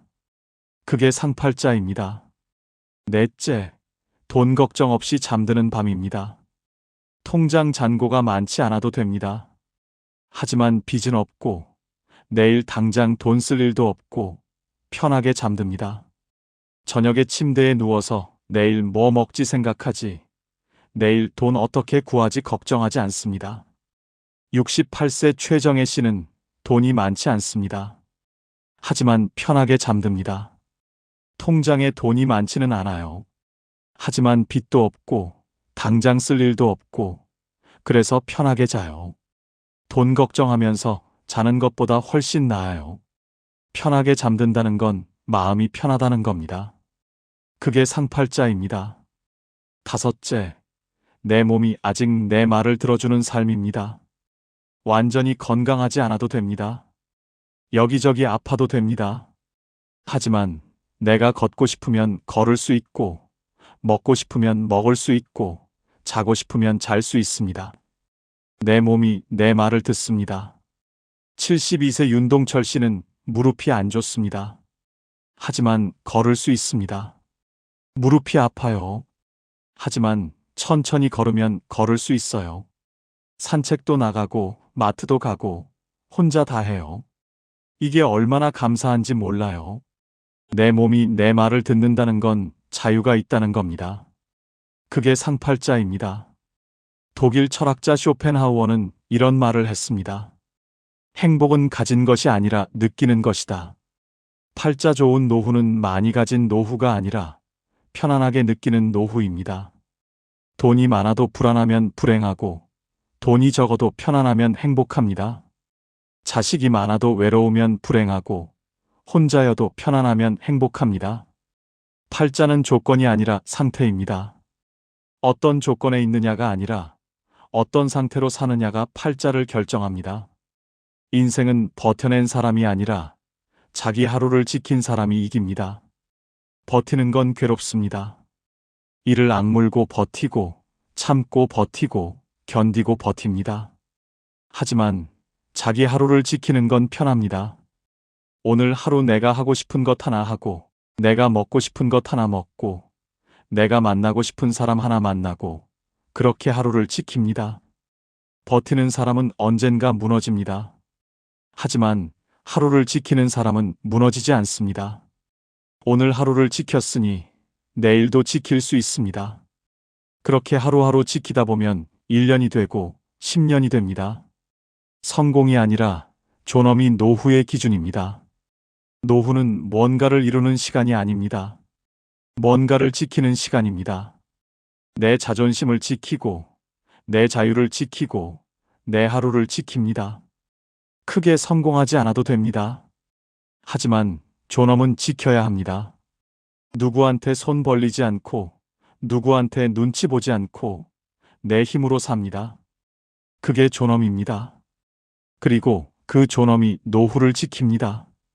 70대가 넘어서야 깨달은 분들이 한결같이 말씀하셨습니다. 진작 알았더라면 얼마나 좋았을까 하지만 지금 이 이야기를 들으신 여러분은 다릅니다. 여러분은 그들보다 앞서 있습니다. 노후에 가장 팔자 좋은 사람은 대단한 사람이 아니라 오늘 하루를 스스로 책임질 수 있는 사람입니다. 아침에 눈 뜨고 밥 먹고 산책 나가고 사람 만나고 책 읽고 저녁에 편하게 잠드는 사람입니다. 거창하지 않습니다. 하지만 그게 팔자 좋은 삶입니다. 우리는 평생 주는 것만 배웠지 멈추는 것은 배우지 못했습니다. 하지만 이제는 압니다. 조금 덜 해주는 것도 사랑이라는 걸요. 이제는 조금 짐을 내려놓아도 됩니다. 이제는 나를 위해 살아도 됩니다. 여러분, 오늘 하루를 돌아보세요. 오늘 감사할 일이 있었나요? 오늘 웃은 일이 있었나요? 오늘 편안했던 순간이 있었나요? 그렇다면 여러분은 이미 팔자 좋은 사람입니다. 큰 집이 없어도, 많은 돈이 없어도, 자식이 잘 되지 않았어도 오늘 하루를 편안하게 보냈다면 그게 팔자입니다. 내일도 그렇게 보내세요. 스스로 하루를 채우고 혼자 있어도 무너지지 않고 작은 것에 감사하며 사세요. 그게 진짜 상팔자 노후입니다. 여러분 모두 그런 노후를 사시길 진심으로 응원합니다. 이미 여기까지 살아오신 것만으로도 충분히 대단하신 분들입니다. 앞으로도 조금씩 천천히 여러분만의 속도로 살아가시길 바랍니다. 오늘 이 이야기가 여러분께 작은 용기가 되었기를 바랍니다. 오늘 이 영상이 여러분의 가슴에 와닿으셨다면 구독과 좋아요로 저희와 함께 해주세요. 그리고 댓글로 여러분의 이야기를 들려주시면 정말 기쁠 것 같아요. 여러분 한 분 한 분 모두 평온하고 행복한 노후를 보내시길 진심으로 바랍니다. 지금까지 황금 노후였습니다. 감사합니다. 돈이 소용없습니다. 화장실도 혼자 못 가는데. 요양병원 침대에 누워 계신 조병수 어르신이 힘겹게 내뱉은 말입니다. 직원 50명짜리 큰 회사를 운영하셨던 분이에요. 재산도 30억이 넘었습니다. 그런데 갑자기 중풍 하나로 모든 게 끝났어요. 간병인이 기저귀를 갈아드리는 동안 어르신은 멍하니 천장만 바라보셨습니다. 애써 참았지만 어느새 두 눈에 눈물이 주르르 흐릅니다. 돈도 자식도 그 순간만큼은 아무 소용이 없었습니다. 여러분, 세상에서 진짜 팔자 좋은 노후가 뭔지 아세요? 2025년 한국보건사회연구원 조사 결과 재산 10억 이상 노인과 1억 미만 노인의 행복도 차이는 거의 없었습니다. 충격적인 사실, 행복한 노인들의 공통점은 딱 하나였어요. 많이 가진 사람이 아니라 지금 가진 것을 즐길 줄 아는 사람이었습니다. 오늘은 70, 80이 되어도 매일을 소풍처럼 사는 진짜 상팔자들의 비밀 8가지를 파헤쳐 보려고 합니다. 내 팔자는 왜 이럴까? 사는 게 왜 이렇게 지루하고 재미가 없을까? 고민하시는 분들은 오늘 이야기를 끝까지 들어보십시오. 이야기가 끝날 때쯤엔 여러분은 그 해답을 얻으시고 인생이 분명히 달라 보일 겁니다. 자, 팔자 좋은 사람들의 8가지 비밀, 지금 시작하겠습니다. 첫 번째, 죽을 때까지 내 집에서 사는 사람입니다. 2025년 조사에서 요양원 입소 노인의 67%가 집에 가고 싶다고 답했습니다. 10명 중 7명이 집에 가고 싶다고 해요. 왜일까요? 아무리 좋은 요양원도 집이 아닌 겁니다. 79세 김말순 할머니는 서울 변두리 15평도 안 되는 낡은 빌라에 사십니다. 지은 지 30년이 넘었어요. 벽에 곰팡이 자국도 있고 화장실 타일도 깨져 있고 여름엔 덥고 겨울엔 춥습니다. 자식들이 요양원 가시라고 몇 번이나 권유했어요. 어느 날 딸이 할머니를 모시고 요양원 견학을 갔습니다. 시설이 좋았어요. 방도 깨끗하고 식사도 나오고 운동도 시켜주고 사람들도 있었어요. 그런데 할머니는 둘러보는 내내 입을 다무셨습니다. 직원이 안내했어요. 어머님, 여기가 주무시는 방이에요. 창문도 있고 햇볕도 잘 들어요. 할머니가 방을 둘러봤어요. 조용했습니다. 여기 몇 시에 자요? 저녁 9시에 소등해요. 밥은 언제 먹어요? 아침 7시, 점심 12시, 저녁 6시에 나와요. 밤에 배고프면 간식을 드릴 수 있어요. 요청하시면 돼요. 할머니가 고개를 끄덕이셨어요. 그리고 집에 돌아와서 딸한테 말씀하셨습니다. 나 안 갈 거야. 왜요, 엄마? 거기 좋잖아요. 좋은데 내 집이 아니잖아. 밥 먹는 시간도 정해져 있고, 자는 시간도 정해져 있고, 거기서는 밤에 배고프면 냉장고 못 열어. 나는 집에서 밤 12시에 짜파게티 끓여 먹을 수 있어야 해. 딸이 웃었어요. 엄마 맨날 라면 드세요? 그게 중요한 게 아니잖아. 내가 하고 싶을 때 할 수 있다는 게 중요한 거지. 할머니는 결국 그 작은 빌라에서 85세까지 사시다가 어느 봄날 아침 당신이 평생 좋아하시던 베란다 의자에 앉은 채로 편안하게 돌아가셨습니다. 발견한 큰딸이 울면서 말했어요. 어머니는 평생 당신이 원하는 대로 사셨어요. 마지막까지도요. 내 집은 건물이 아닙니다. 마지막 자존심입니다. 아무리 작고 낡아도 내 명의로 된 집 한 채, 그곳에서 내가 하고 싶은 대로 살 수 있다는 것. 그게 팔자 좋은 겁니다. 두 번째, 내 몸이 내 말을 잘 듣는 사람입니다. 2025년 기준 75세 이상 노인의 38%가 일상생활 중 한 가지 이상을 타인의 도움으로 해결하고 있습니다. 10명 중 4명은 혼자 밥 먹기, 혼자 화장실 가기, 혼자 옷 입기 중 하나를 남의 손을 빌려야 한다는 겁니다. 이 통계를 들으면 어떤 생각이 드세요? 조병수 할아버지 이야기를 들려드릴게요. 할아버지는 젊었을 때 사업을 크게 하셨어요. 직원이 50명이나 되는 회사를 운영하셨습니다. 재산도 많으셨어요.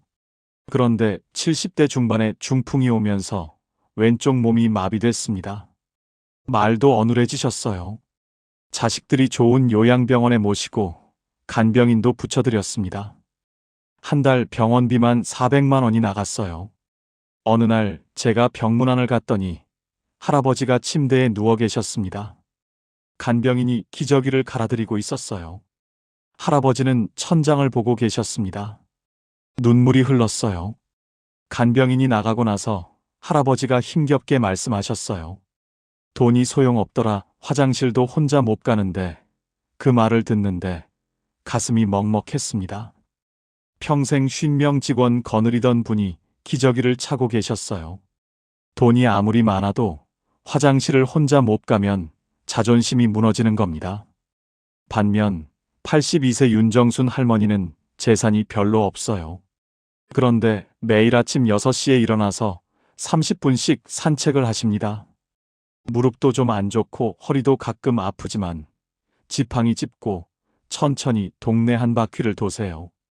집에 와서 혼자 밥해 드시고 청소하시고 빨래하십니다. 어느 날 할머니가 말씀하셨어요. 힘들긴 한데 그래도 내 몸이 내 말을 들으니까 다행이지. 요새 내 또래들 보면 다들 누워 지내거나 휠체어 타고 다니는데 나는 비록 느려도 내 발로 걷잖아. 그게 얼마나 큰 행운인지 몰라. 할머니 눈가가 촉촉했어요. 제가 물었습니다. 할머니 건강 비결이 뭐예요? 비결은 없어. 그냥 매일 조금씩 움직이는 거야. 쉬고 싶어도 나가. 귀찮아도 나가. 몸이 굳으면 끝이니까. 건강은 있을 때 모릅니다. 잃고 나서야 그게 전부였다는 걸 알아요. 지금 당장 일어나세요. 거창한 운동 필요 없습니다. 하루 20분만 걸으세요. 그게 쌓이면 내 몸이 내 말을 듣는 시간이 길어집니다. 세 번째, 돈 걱정 없이 두 다리 뻗고 잠드는 사람입니다. 2025년 노인 빈곤 실태조사에서 충격적인 결과가 나왔습니다. 자녀에게 재산을 미리 증여한 노인의 41%가 노후 생활비 부족을 경험했습니다. 10명 중 4명이 자식한테 재산 물려줬다가 노후에 돈이 없어서 힘들었다는 겁니다. 강만수 할아버지 이야기를 들려드릴게요. 할아버지는 평생 중소기업에서 일하다 은퇴하셨어요. 재산이라곤 작은 아파트 한 채와 예금 3천만 원이 전부였습니다. 친구들 중엔 훨씬 많이 가진 사람도 있었어요. 그런데 할아버지는 늘 마음이 편안해 보이셨어요. 어느 날 제가 여쭤봤습니다. 할아버지, 노후 준비가 많이 부족하지 않으세요? 할아버지가 씩 웃으셨어요. 나 별로 가진 거 없어. 그냥 내일 먹을 쌀 걱정 안 하고, 아프면 병원 갈 돈 있고, 가끔 손주들 용돈 줄 수 있으면 그걸로 됐지 뭐. 욕심 안 내면 사는 게 별로 안 힘들더라고. 반면 같은 동네 김 할아버지는 재산이 10억이 넘었어요. 그런데 몇 년 전에 자식들한테 다 물려줬습니다. 아들이 아버지 재산을 미리 이전하면 세금을 아낄 수 있어요 하니까 다 넘겨줬어요. 그 다음부터 달라졌습니다. 어느 날 할아버지가 아들한테 전화했어요. 성민아, 미안한데 이번 달 병원비가 좀 부족해서. 수화기 너머로 아들이 잠깐 침묵하다가 한숨을 쉬는 소리가 들렸어요. 작은 한숨이었어요. 아들은 알겠어요. 아버지 했지만 그 한숨 소리가 할아버지 귓가에 오래 남았습니다. 그날 밤 할아버지는 잠을 못 주무셨어요. 내가 너무 일찍 줬구나. 내 몫을 남겨뒀어야 했는데. 천장만 보다가 날이 밝았습니다. 자식한테 재산 물려주는 거 좋습니다. 그런데 반드시 내 몫은 남겨놓으셔야 해요. 자식한테 줄 돈보다 내가 쥐고 있을 돈이 더 중요합니다. 그게 노년의 품격입니다. 두 다리 쭉 뻗고 잠드는 것. 그게 팔자 좋은 겁니다. 네 번째, 혼자서도 기가 막히게 잘 노는 사람입니다. 2025년 연구에서 혼자 사는 노인 중 취미가 있는 사람은 없는 사람보다 우울증 발병률이 3배나 낮았습니다. 충격적이죠? 무려 3배입니다. 취미 하나가 병원비 수백만 원을 아껴주는 겁니다. 76세 최복순 할머니 이야기를 들려드릴게요. 할머니는 남편을 10년 전에 보내셨어요. 처음 1년이 가장 힘드셨대요. 어느 날 저녁 밥상을 혼자 차렸습니다. 밥 한 그릇, 국 한 그릇, 김치 한 접시. 앉아서 숟가락을 들었는데 눈물이 뚝 떨어졌어요. 평생 같이 밥 먹었는데 이제 혼자구나. 밥을 못 먹었습니다. TV를 켰어요. 소리라도 있으면 덜 외로울 것 같아서요. 그런데 TV 소리가 오히려 더 허전하게 느껴졌어요. 저 사람들은 다 같이 웃고 있는데 나는 혼자네. 방에 들어가서 울었습니다. 그렇게 몇 달이 지났어요. 딸이 전화했어요. 엄마, 복지관에서 피아노 가르친다는데 한번 가보지 않을래요? 피아노? 나이가 몇인데? 엄마 나이가 무슨 상관이에요? 심심하잖아요. 할머니는 반신반의하며 갔습니다. 선생님이 말했어요. 어머님 손가락이 굳어 있어서 처음엔 힘드실 거예요. 그래도 매일 30분만 연습하세요. 첫날 도레미파솔도 못 쳤어요. 손가락이 말을 안 들었습니다. 집에 와서 또 울었어요. 나는 이것도 못하나? 그래도 다음날 또 갔어요. 신기하게도 재밌었어요. 또 그 다음 날도 갔습니다. 6개월이 지났어요. 어느 날 할머니가 좋아하는 노래를 치게 됐습니다. 두 손으로 멜로디를 연주하는데 눈물이 났어요. 이번엔 슬퍼서가 아니라 뿌듯해서였습니다. 내가 해냈네. 혼자서 해냈네. 지금 할머니는 레퍼토리가 10곡입니다. 매일 아침 피아노 앞에 앉아요. 그게 하루의 시작이에요. 제가 물었습니다. 할머니 외롭지 않으세요? 할머니가 대답했어요. 처음엔 외로웠어. 근데 외로움을 없애는 건 사람이 아니더라고. 혼자서도 즐길 수 있는 그 무언가야. 그걸 찾으면 달라져. 나이 들면 외로움이 찾아옵니다. 외로움을 없애는 건 사람이 아닙니다. 혼자서도 즐길 수 있는 그 무언가입니다. 그걸 찾으세요. 그게 팔자 좋은 겁니다. 5번째, 사람을 정리할 줄 아는 사람입니다. 2025년 노년 스트레스 연구에서 놀라운 결과가 나왔습니다. 불편한 인간관계가 노년 우울증의 원인 1위를 차지했어요. 외로움도 아니고 돈 걱정도 아니고 건강 걱정도 아니었습니다. 불편한 관계가 1위였어요. 홍명자 할머니 이야기를 들려드릴게요. 할머니는 평생 사람을 좋아하셨어요. 친구도 많고 모임도 많았습니다.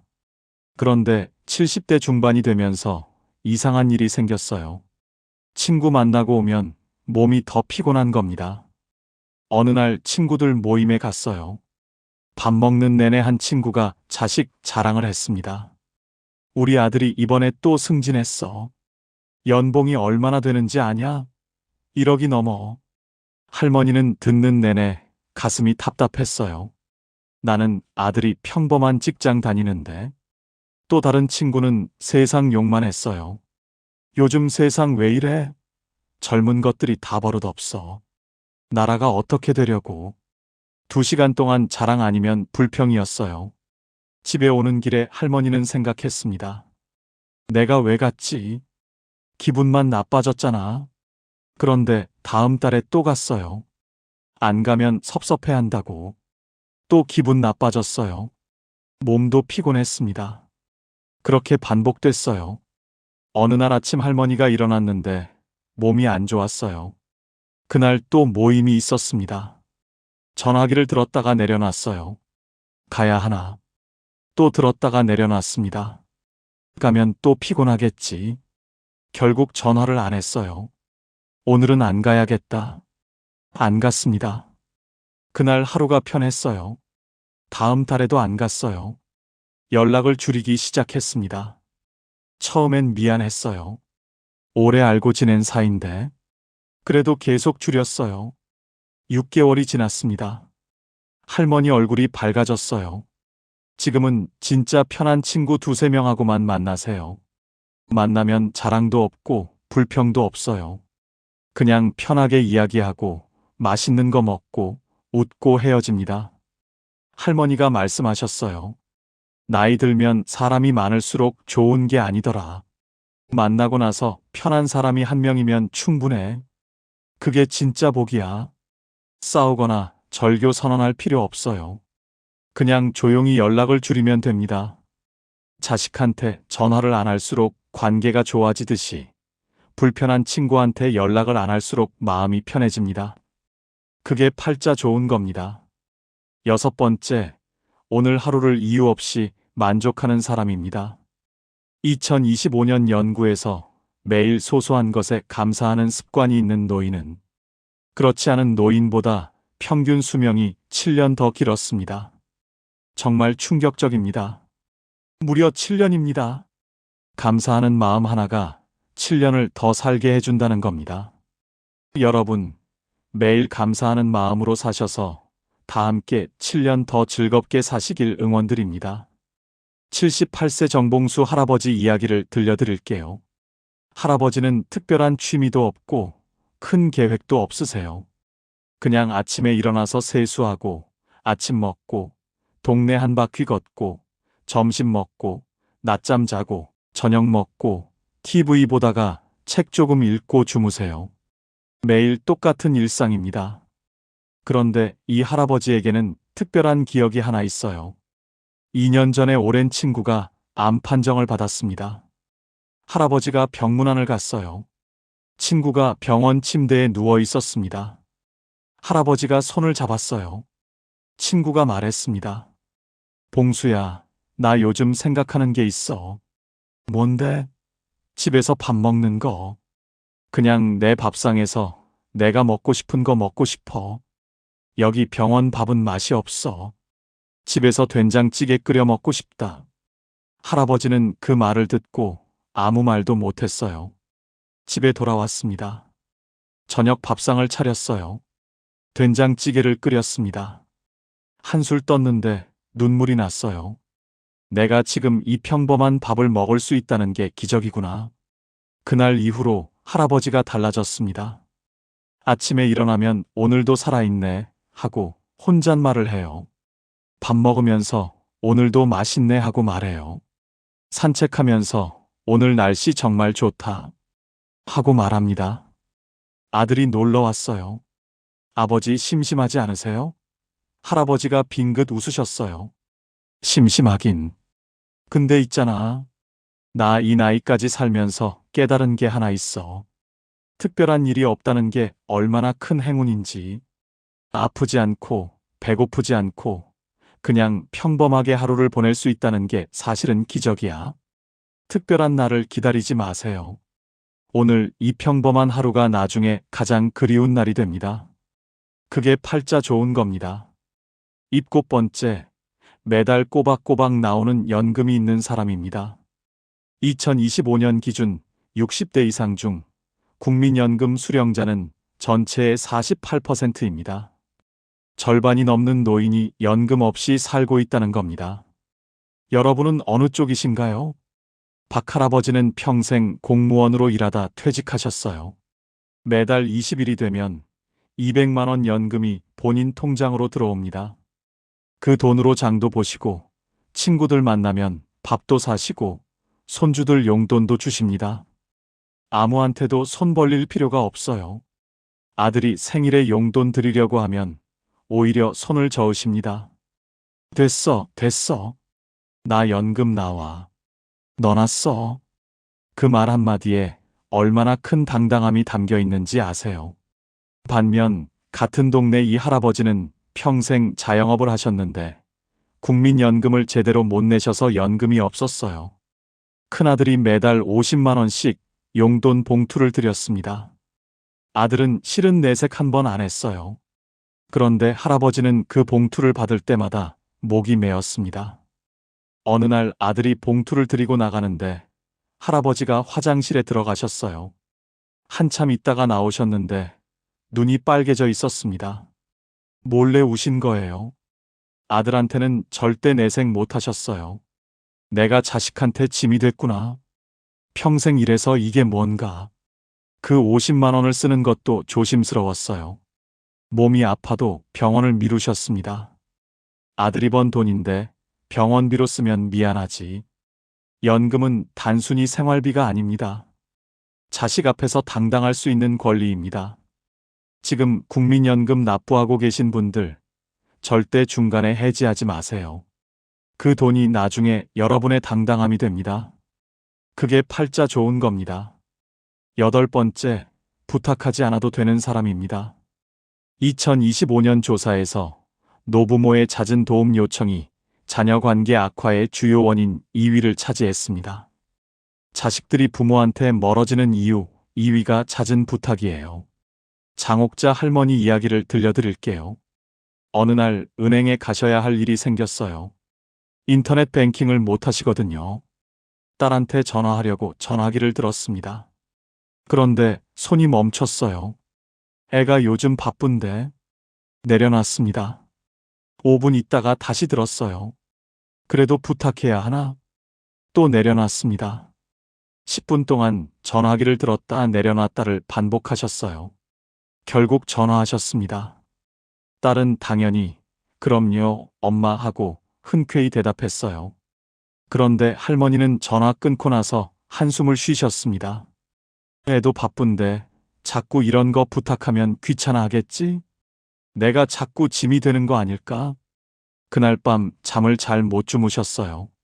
반면 같은 나이 박순이 할머니는 달라요. 3년 전에 복지관에서 스마트폰 교실을 다니셨어요. 처음엔 너무 어려워서 울었대요. 나는 왜 이게 안 되지? 나이 들어서 머리가 안 돌아가나? 선생님이 말했어요. 어머님 괜찮아요. 천천히 하시면 돼요. 포기하지만 마세요. 그래도 포기 안 하고 6개월을 다니셨어요. 지금은 인터넷 뱅킹도 하시고 카카오 택시도 부르시고 유튜브도 보세요. 자식한테 전화할 일이 반으로 줄었습니다. 할머니가 말씀하셨어요.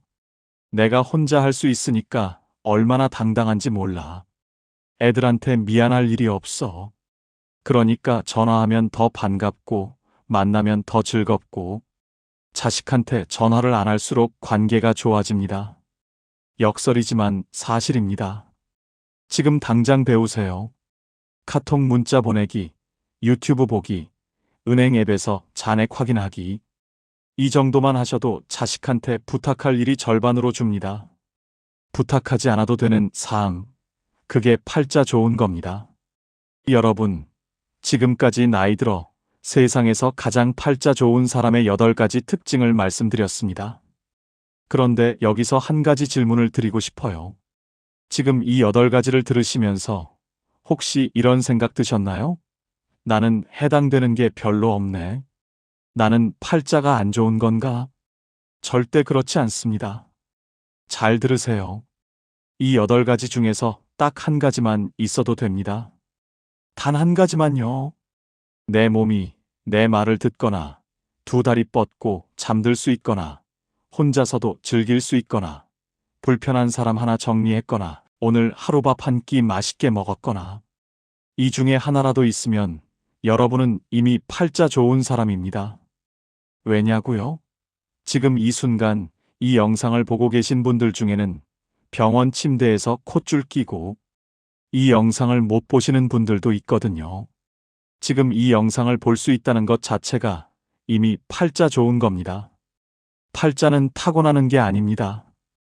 오늘 하루를 어떻게 바라보느냐가 팔자를 만드는 겁니다. 어두운 방 안에서 불을 켤지 말지는 본인이 결정하는 겁니다. 스위치는 여러분 손에 있어요. 오늘 밤 잠자리에 드시기 전에 딱 한 가지만 생각해 보세요. 오늘 내가 감사할 수 있는 게 뭐가 있었지? 거창한 거 말고요. 오늘 밥 맛있게 먹었으면 그걸로 됩니다. 오늘 날씨 좋았으면 그걸로 됩니다. 오늘 이 영상 끝까지 들었으면 그걸로 됩니다. 그 한 가지를 찾는 것, 그게 팔자를 바꾸는 시작입니다. 마지막으로 딱 한 가지만 여쭤볼게요. 오늘 여러분이 감사했던 것 한 가지 댓글로 남겨주세요. 거창하지 않아도 됩니다. 오늘 날씨 좋았다. 오늘 밥 맛있었다. 오늘 이 영상 들었다. 이것만으로도 충분합니다. 여러분의 댓글 하나가 이 영상을 보는 다른 분들에게도 큰 힘이 됩니다. 우리 함께 팔자 좋은 노후를 만들어가요. 부디 여러분의 남은 인생이 비교와 후회가 아닌 감사와 평화로 가득 채워지길 진심으로 바랍니다. 지금까지 황금노후였습니다. 감사합니다.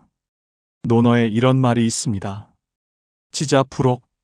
지혜로운 사람은 미혹되지 않는다는 뜻입니다. 나이 들어 진짜 지혜로운 사람은 남들이 좋다는 것에 휩쓸리지 않고 자기에게 진짜 필요한 게 뭔지 압니다.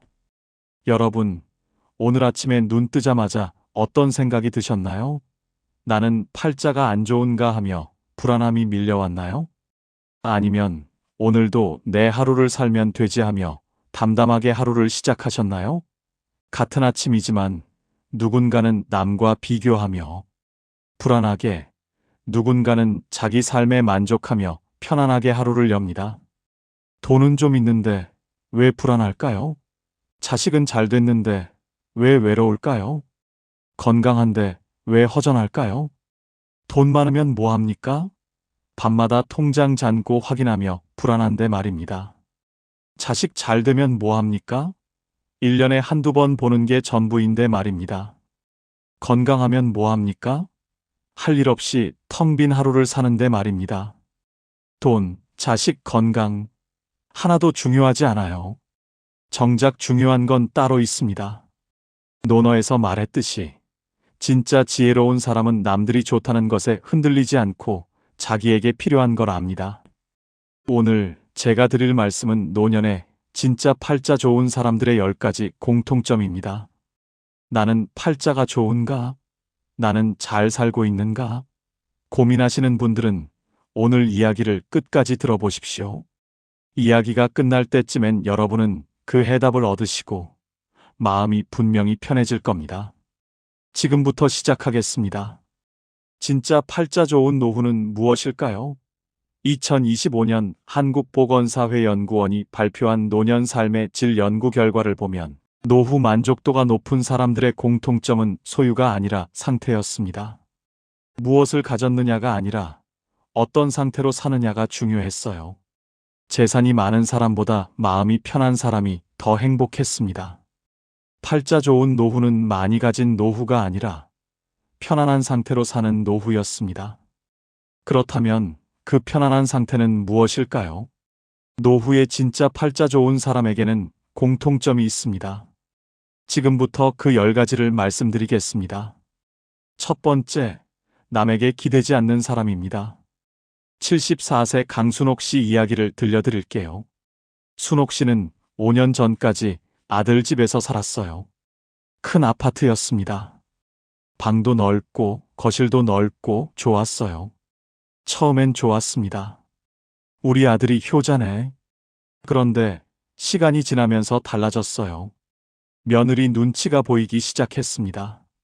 아침에 일어나서 거실에 나가려고 하는데 며느리가 먼저 나와 있어요. 어머님 잘 주무셨어요? 응, 잘 잤어. 인사하고 나가는데 어색해요. 밥 먹을 때도 눈치 보였어요. 며느리가 차려주는데 미안했습니다. 며느리가 나까지 챙겨야 하니 힘들겠다. 손주 봐달라고 했어요. 어머님, 오늘 애들 좀 봐주세요. 제가 약속이 있어서요. 그래, 봐줄게.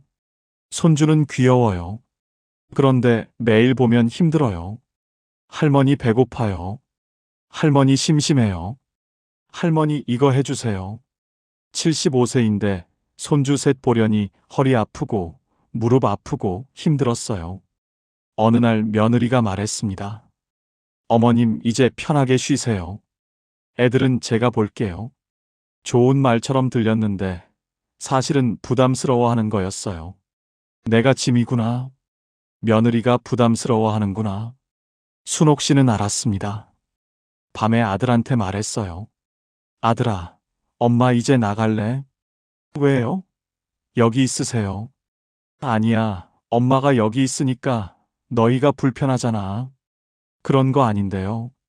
아니야, 엄마는 알아. 엄마가 나가는 게 나아. 순옥 씨는 자기 집으로 돌아갔어요. 작은 빌라였습니다. 아들 집보다 훨씬 작았어요. 방 하나, 거실 하나.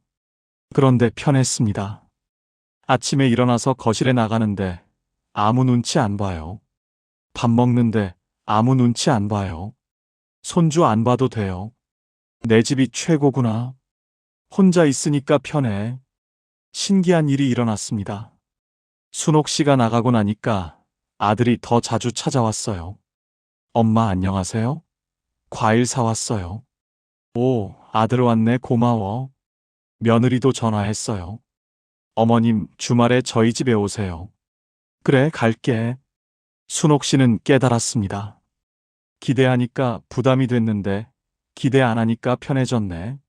내가 혼자 살 수 있으니까 오히려 관계가 좋아졌어. 그게 팔자 좋은 겁니다. 두 번째, 혼자 있어도 무너지지 않는 사람입니다. 71세 박영호 씨 이야기를 들려드릴게요. 영호 씨는 2년 전에 아내를 잃었어요. 50년 함께 살았습니다. 아침마다 같이 일어나고 밥 같이 먹고 TV 같이 보고 잠 같이 잤어요. 그런데 아내가 갑자기 쓰러졌습니다. 뇌출혈이었어요. 병원에 실려갔는데 사흘 만에 돌아가셨어요. 영호 씨는 무너졌습니다. 집에 혼자 있는데 아무것도 안 보였어요. 밥 먹기 싫고 씻기 싫고 나가기 싫었습니다. 하루 종일 방에 누워 있었어요. 친구들이 전화했습니다. 영호야, 혼자 있지 말고 나와. 우리 만나자. 나갔어요. 친구들이랑 밥 먹고 술 마시고 이야기했습니다. 그런데 더 외로웠어요. 친구들은 다 부부 동반으로 왔는데 영호 씨만 혼자였어요. 나만 혼자네. 나만 배우자 없네. 집에 돌아오면 더 허전했습니다. 1년을 그렇게 살았어요. 매일 울었습니다. 여보, 나도 데려가. 나도 같이 가고 싶어. 어느 날 새벽 5시에 잠에서 깼어요. 평소보다 일찍 깼습니다. 일어나서 거실로 나갔어요. 커피를 탔습니다. 창가에 앉았어요. 창밖을 봤습니다. 해가 뜨고 있었어요. 하늘이 붉게 물들었습니다. 새가 지저귀고 바람이 불고 나무가 흔들렸어요. 영호 씨는 그 순간 생각했습니다. 이게 평화구나. 혼자 있는데 평화롭네. 눈물이 났습니다. 슬퍼서가 아니라 평화로워서였어요. 여보, 나는 여기서 조금 더 살다 갈게. 혼자 있는 거 편안하고 괜찮네. 그날부터 영호 씨는 달라졌습니다. 매일 새벽 5시에 일어나서 커피 마시고 창밖 봐요. 아침 먹고 산책 나가요. 도서관 가서 책 읽고 집에 와서 음악 들어요. 저녁 먹고 일기 써요. 혼자만의 루틴이 생겼습니다. 외롭지 않았어요. 영호 씨는 말합니다. 혼자를 견디는 게 아니라 혼자를 만나는 거였어요. 혼자 있으니까 나를 알게 됐어요. 그게 팔자 좋은 겁니다. 세 번째, 하루를 스스로 채울 줄 아는 사람입니다. 69세 최덕순 씨 이야기를 들려드릴게요. 덕순 씨는 은퇴하고 5년 동안 매일 TV만 봤어요. 아침에 일어나서 아침 뉴스 보고, 점심 먹고 드라마 보고, 저녁 먹고, 또 드라마 보고, 그렇게 하루가 갔습니다. 할 일이 없었어요. 오늘 뭐 하지? 생각해도 할 게 없었습니다. 점점 우울해졌어요. 밤에 잠을 못 잤습니다. 아침에 일어나기 싫었어요. 오늘도 똑같겠지. 오늘도 TV만 보겠지. 병원에 갔습니다. 의사가 말했어요. 우울증이에요. 약 드셔야겠어요. 약을 먹어야 해요? 네. 그리고 뭐라도 하세요. 집에만 있지 말고. 덕순 씨는 약을 먹기 시작했습니다. 그런데 나아지지 않았어요. 뭐라도 하라는데 뭘 해야 하지? 몰랐습니다. 어느 날 복지관에 갔어요. 강의가 있었습니다.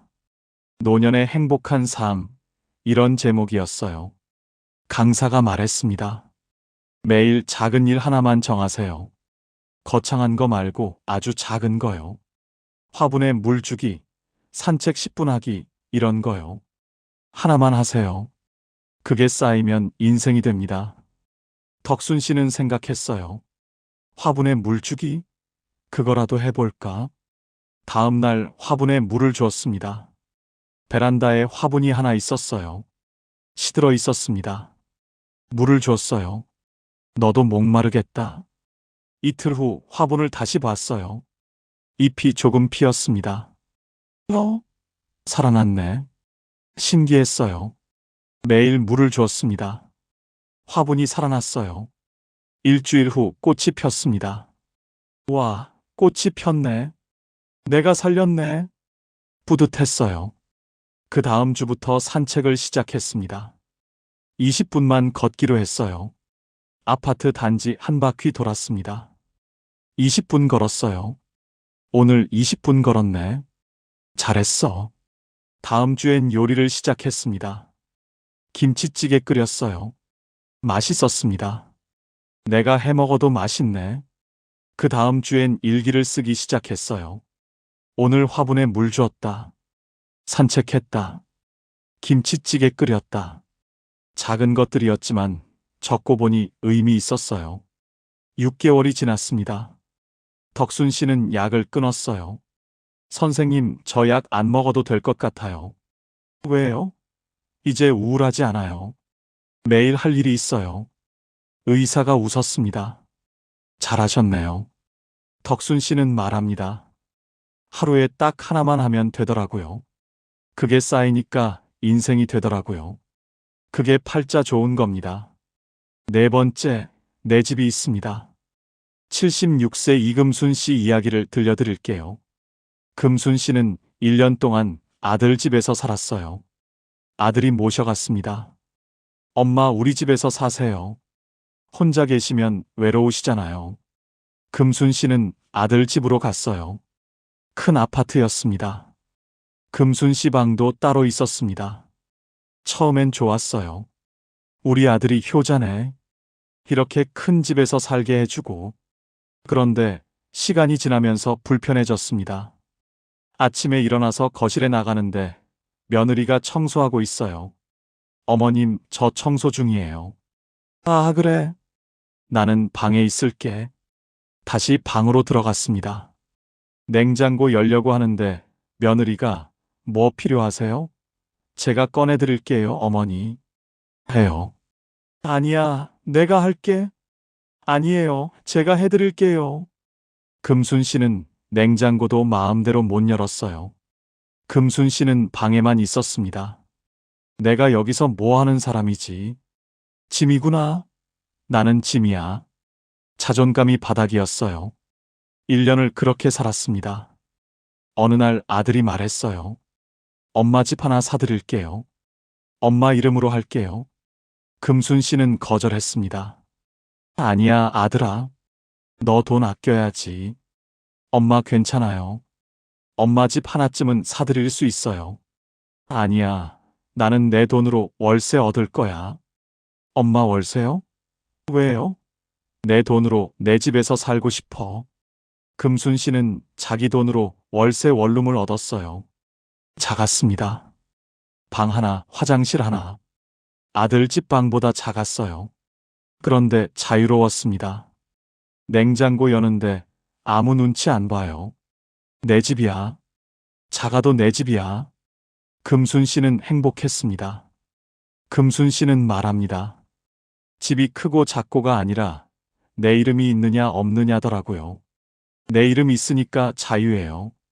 그게 팔자 좋은 겁니다. 5번째, 빚이 없습니다. 72세 김태수 씨 이야기를 들려드릴게요. 태수 씨는 70세에 빚이 5천만 원 있었어요. 어떻게 생긴 빚이냐면 아들 사업 자금 빚 보증을 섰던 겁니다. 아들이 말했어요. 아버지, 제가 사업하려고 해요. 대출 받으려면 보증 좀 서주세요. 사업? 무슨 사업? 카페요. 친구랑 같이 할 거예요. 잘 될 거예요. 태수 씨는 보증을 섰습니다. 5천만 원. 아들 사업 잘 되겠지. 그런데 1년 후 아들 사업이 망했어요. 아버지 죄송해요. 사업 망했어요. 그럼 대출은? 제가 못 갚겠어요. 아버지가 갚으셔야 해요. 태수 씨한테 독촉이 왔습니다. 대출금 갚으셔야죠. 얼마예요? 원금 5천만 원, 이자 1천만 원 합쳐서 6천만 원입니다. 태수 씨는 망했습니다. 6천만 원을 어떻게 갚아? 70세인데 일을 시작했어요. 새벽 경비 일을 구했습니다. 새벽 2시에 나가서 6시까지 일했어요. 한 달에 100만 원 받았습니다. 그 돈으로 빚을 갚기 시작했어요. 매달 100만 원씩 갚았습니다. 힘들었어요. 새벽에 추웠고 졸렸고 무릎 아팠습니다. 3년이 지났습니다. 다른 일도 조금 더해서 수입이 커져서 5,500만 원 갚았어요. 남은 빚이 500만 원이었습니다. 그해 12월 태수 씨는 마지막 500만 원을 갚았어요. 은행에 갔습니다. 다 갚으셨네요. 네, 다 갚았어요. 은행 나오면서 태수 씨는 울었습니다. 기뻐서 울었어요. 이제 빚이 없어. 드디어 없어. 집에 와서 경비 일을 그만뒀습니다. 이제 안 해도 돼. 빚 없으니까. 태수 씨는 지금 연금만으로 살아요. 한 달에 80만 원 나옵니다. 적은 돈이에요. 그런데 다 자기 돈입니다. 80만 원이지만 다 내 거야. 빚 갚을 필요 없어. 백만장자 된 기분이야. 태수 씨는 말합니다. 빚 있을 땐 돈이 내 거 아니더라고요. 빚 없으니까 비로소 제 인생이더라고요. 그게 팔자 좋은 겁니다. 6번째, 고정 수입이 있습니다. 68세 신경자 씨 이야기를 들려드릴게요. 경자 씨는 3년 전에 남편을 잃었어요. 갑자기 심근경색으로 쓰러져서 그날 밤에 돌아가셨습니다. 경자 씨는 막막했어요. 남편 국민연금 100만 원으로 살았는데 남편이 돌아가시니 유족연금으로 바뀌었습니다. 국민연금공단에서 연락이 왔어요.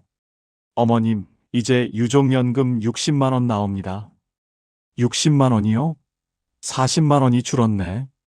60만 원으로는 빠듯했어요. 관리비, 식비, 병원비 내면 남는 게 없었습니다. 다행히 아들이 매달 용돈 20만 원을 보내줬어요. 엄마 이거라도 쓰세요. 고마웠지만 합쳐도 80만 원. 여유가 없었습니다. 더 달라고 하고 싶었지만 아들도 힘들 텐데 하고 참았어요. 어느 날 복지관에서 주택연금을 알게 됐습니다. 집을 담보로 맡기고 평생 연금을 받는 거예요. 어머님 집이 3억이시니까 한 달에 90만 원 나와요. 경자 씨는 아들한테 전화했어요. 아들아, 주택연금 하려는데 그럼 집을 못 물려줘. 엄마 괜찮아요. 엄마가 편하게 사시는 게 중요하죠. 하세요. 신청했습니다. 한 달 후 통장에 90만 원이 찍혔어요. 진짜 들어왔네. 유족연금 60만 원, 주택연금 90만 원, 아들 용돈 20만 원. 합쳐서 170만 원이었습니다. 경자 씨는 달력에 날짜를 표시했어요. 유족연금 25일, 주택연금 27일, 아들 용돈 1일. 이 날들이 기다려져. 매달 그 날짜가 되면 통장을 확인했습니다. 오늘도 들어왔어.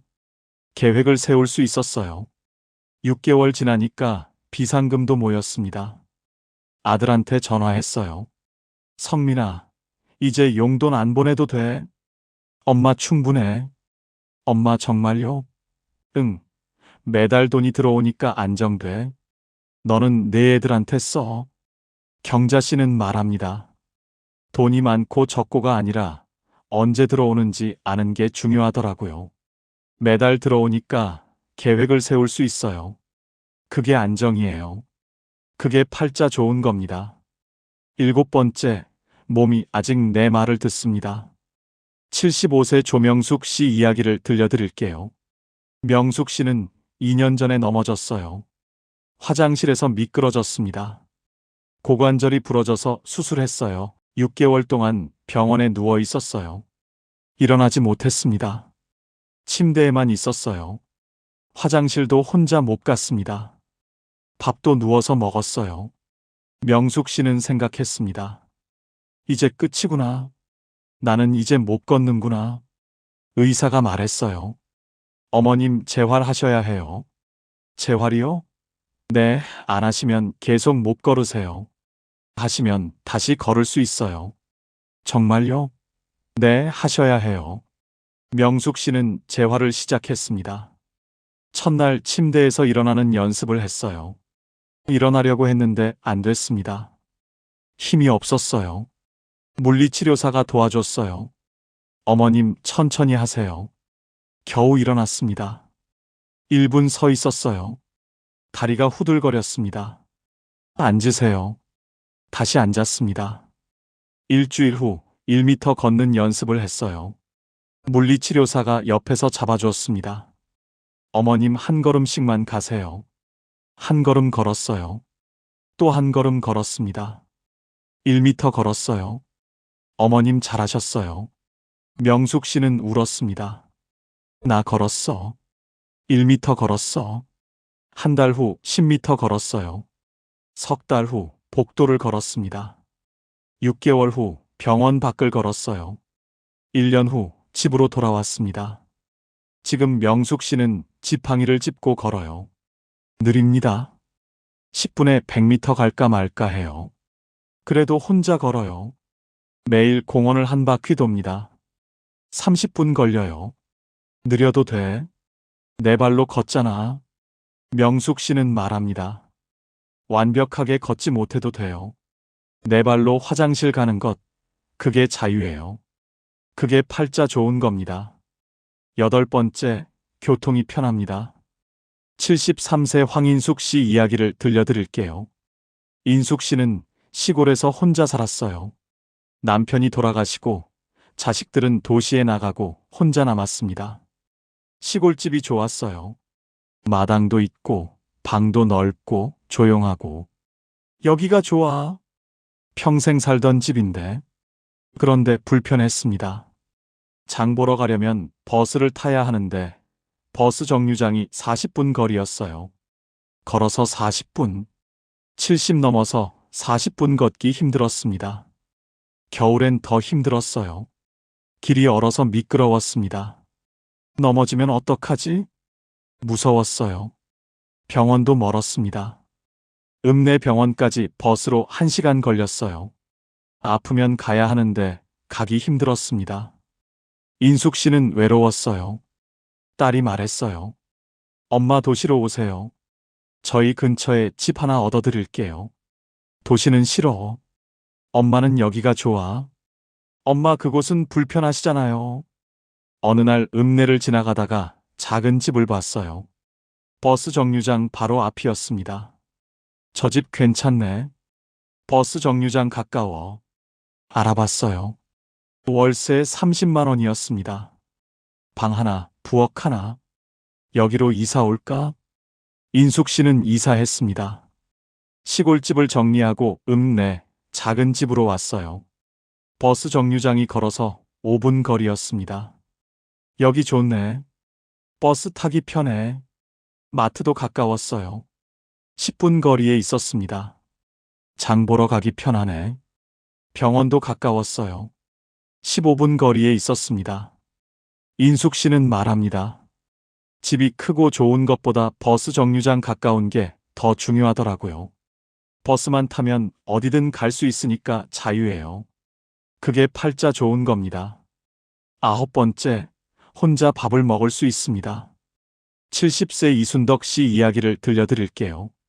순덕 씨는 평생 가족 밥을 차려줬어요. 남편 밥, 자식 밥, 손주 밥. 50년 동안 밥을 차려줬습니다. 그런데 남편이 돌아가시고 자식들은 나가고 혼자 남았어요.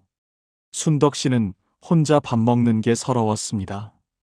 평생 가족밥 차려줬는데 이제 나 혼자 먹네. 밥상 차리는 게 싫었어요.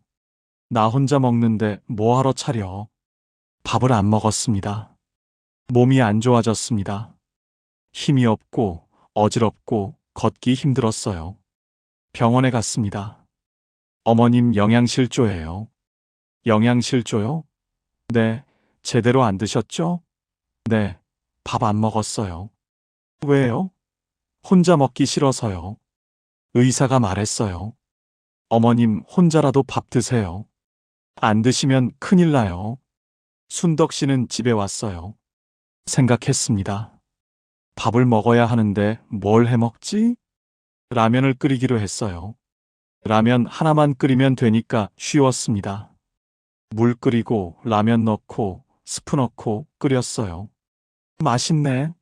라면도 괜찮네. 일주일 후 김치찌개를 끓였어요. 김치 썰고 돼지고기 넣고 두부 넣고 끓였습니다. 맛있었어요. 내가 해 먹어도 맛있네. 순덕 씨는 혼밥 달인이 됐습니다. 된장찌개도 끓이고 계란볶음도 하고 나물도 무쳤어요. 혼자 먹어도 맛있게 먹을 수 있네. 자랑스러웠습니다. 순덕 씨는 말합니다. 혼자 밥 먹는 게 외로운 게 아니라 독립이더라고요. 내가 나를 먹여 살릴 수 있으니까 자유예요. 그게 팔자 좋은 겁니다. 10번째, 내일 할 일이 있습니다. 77세 정만수 씨 이야기를 들려드릴게요.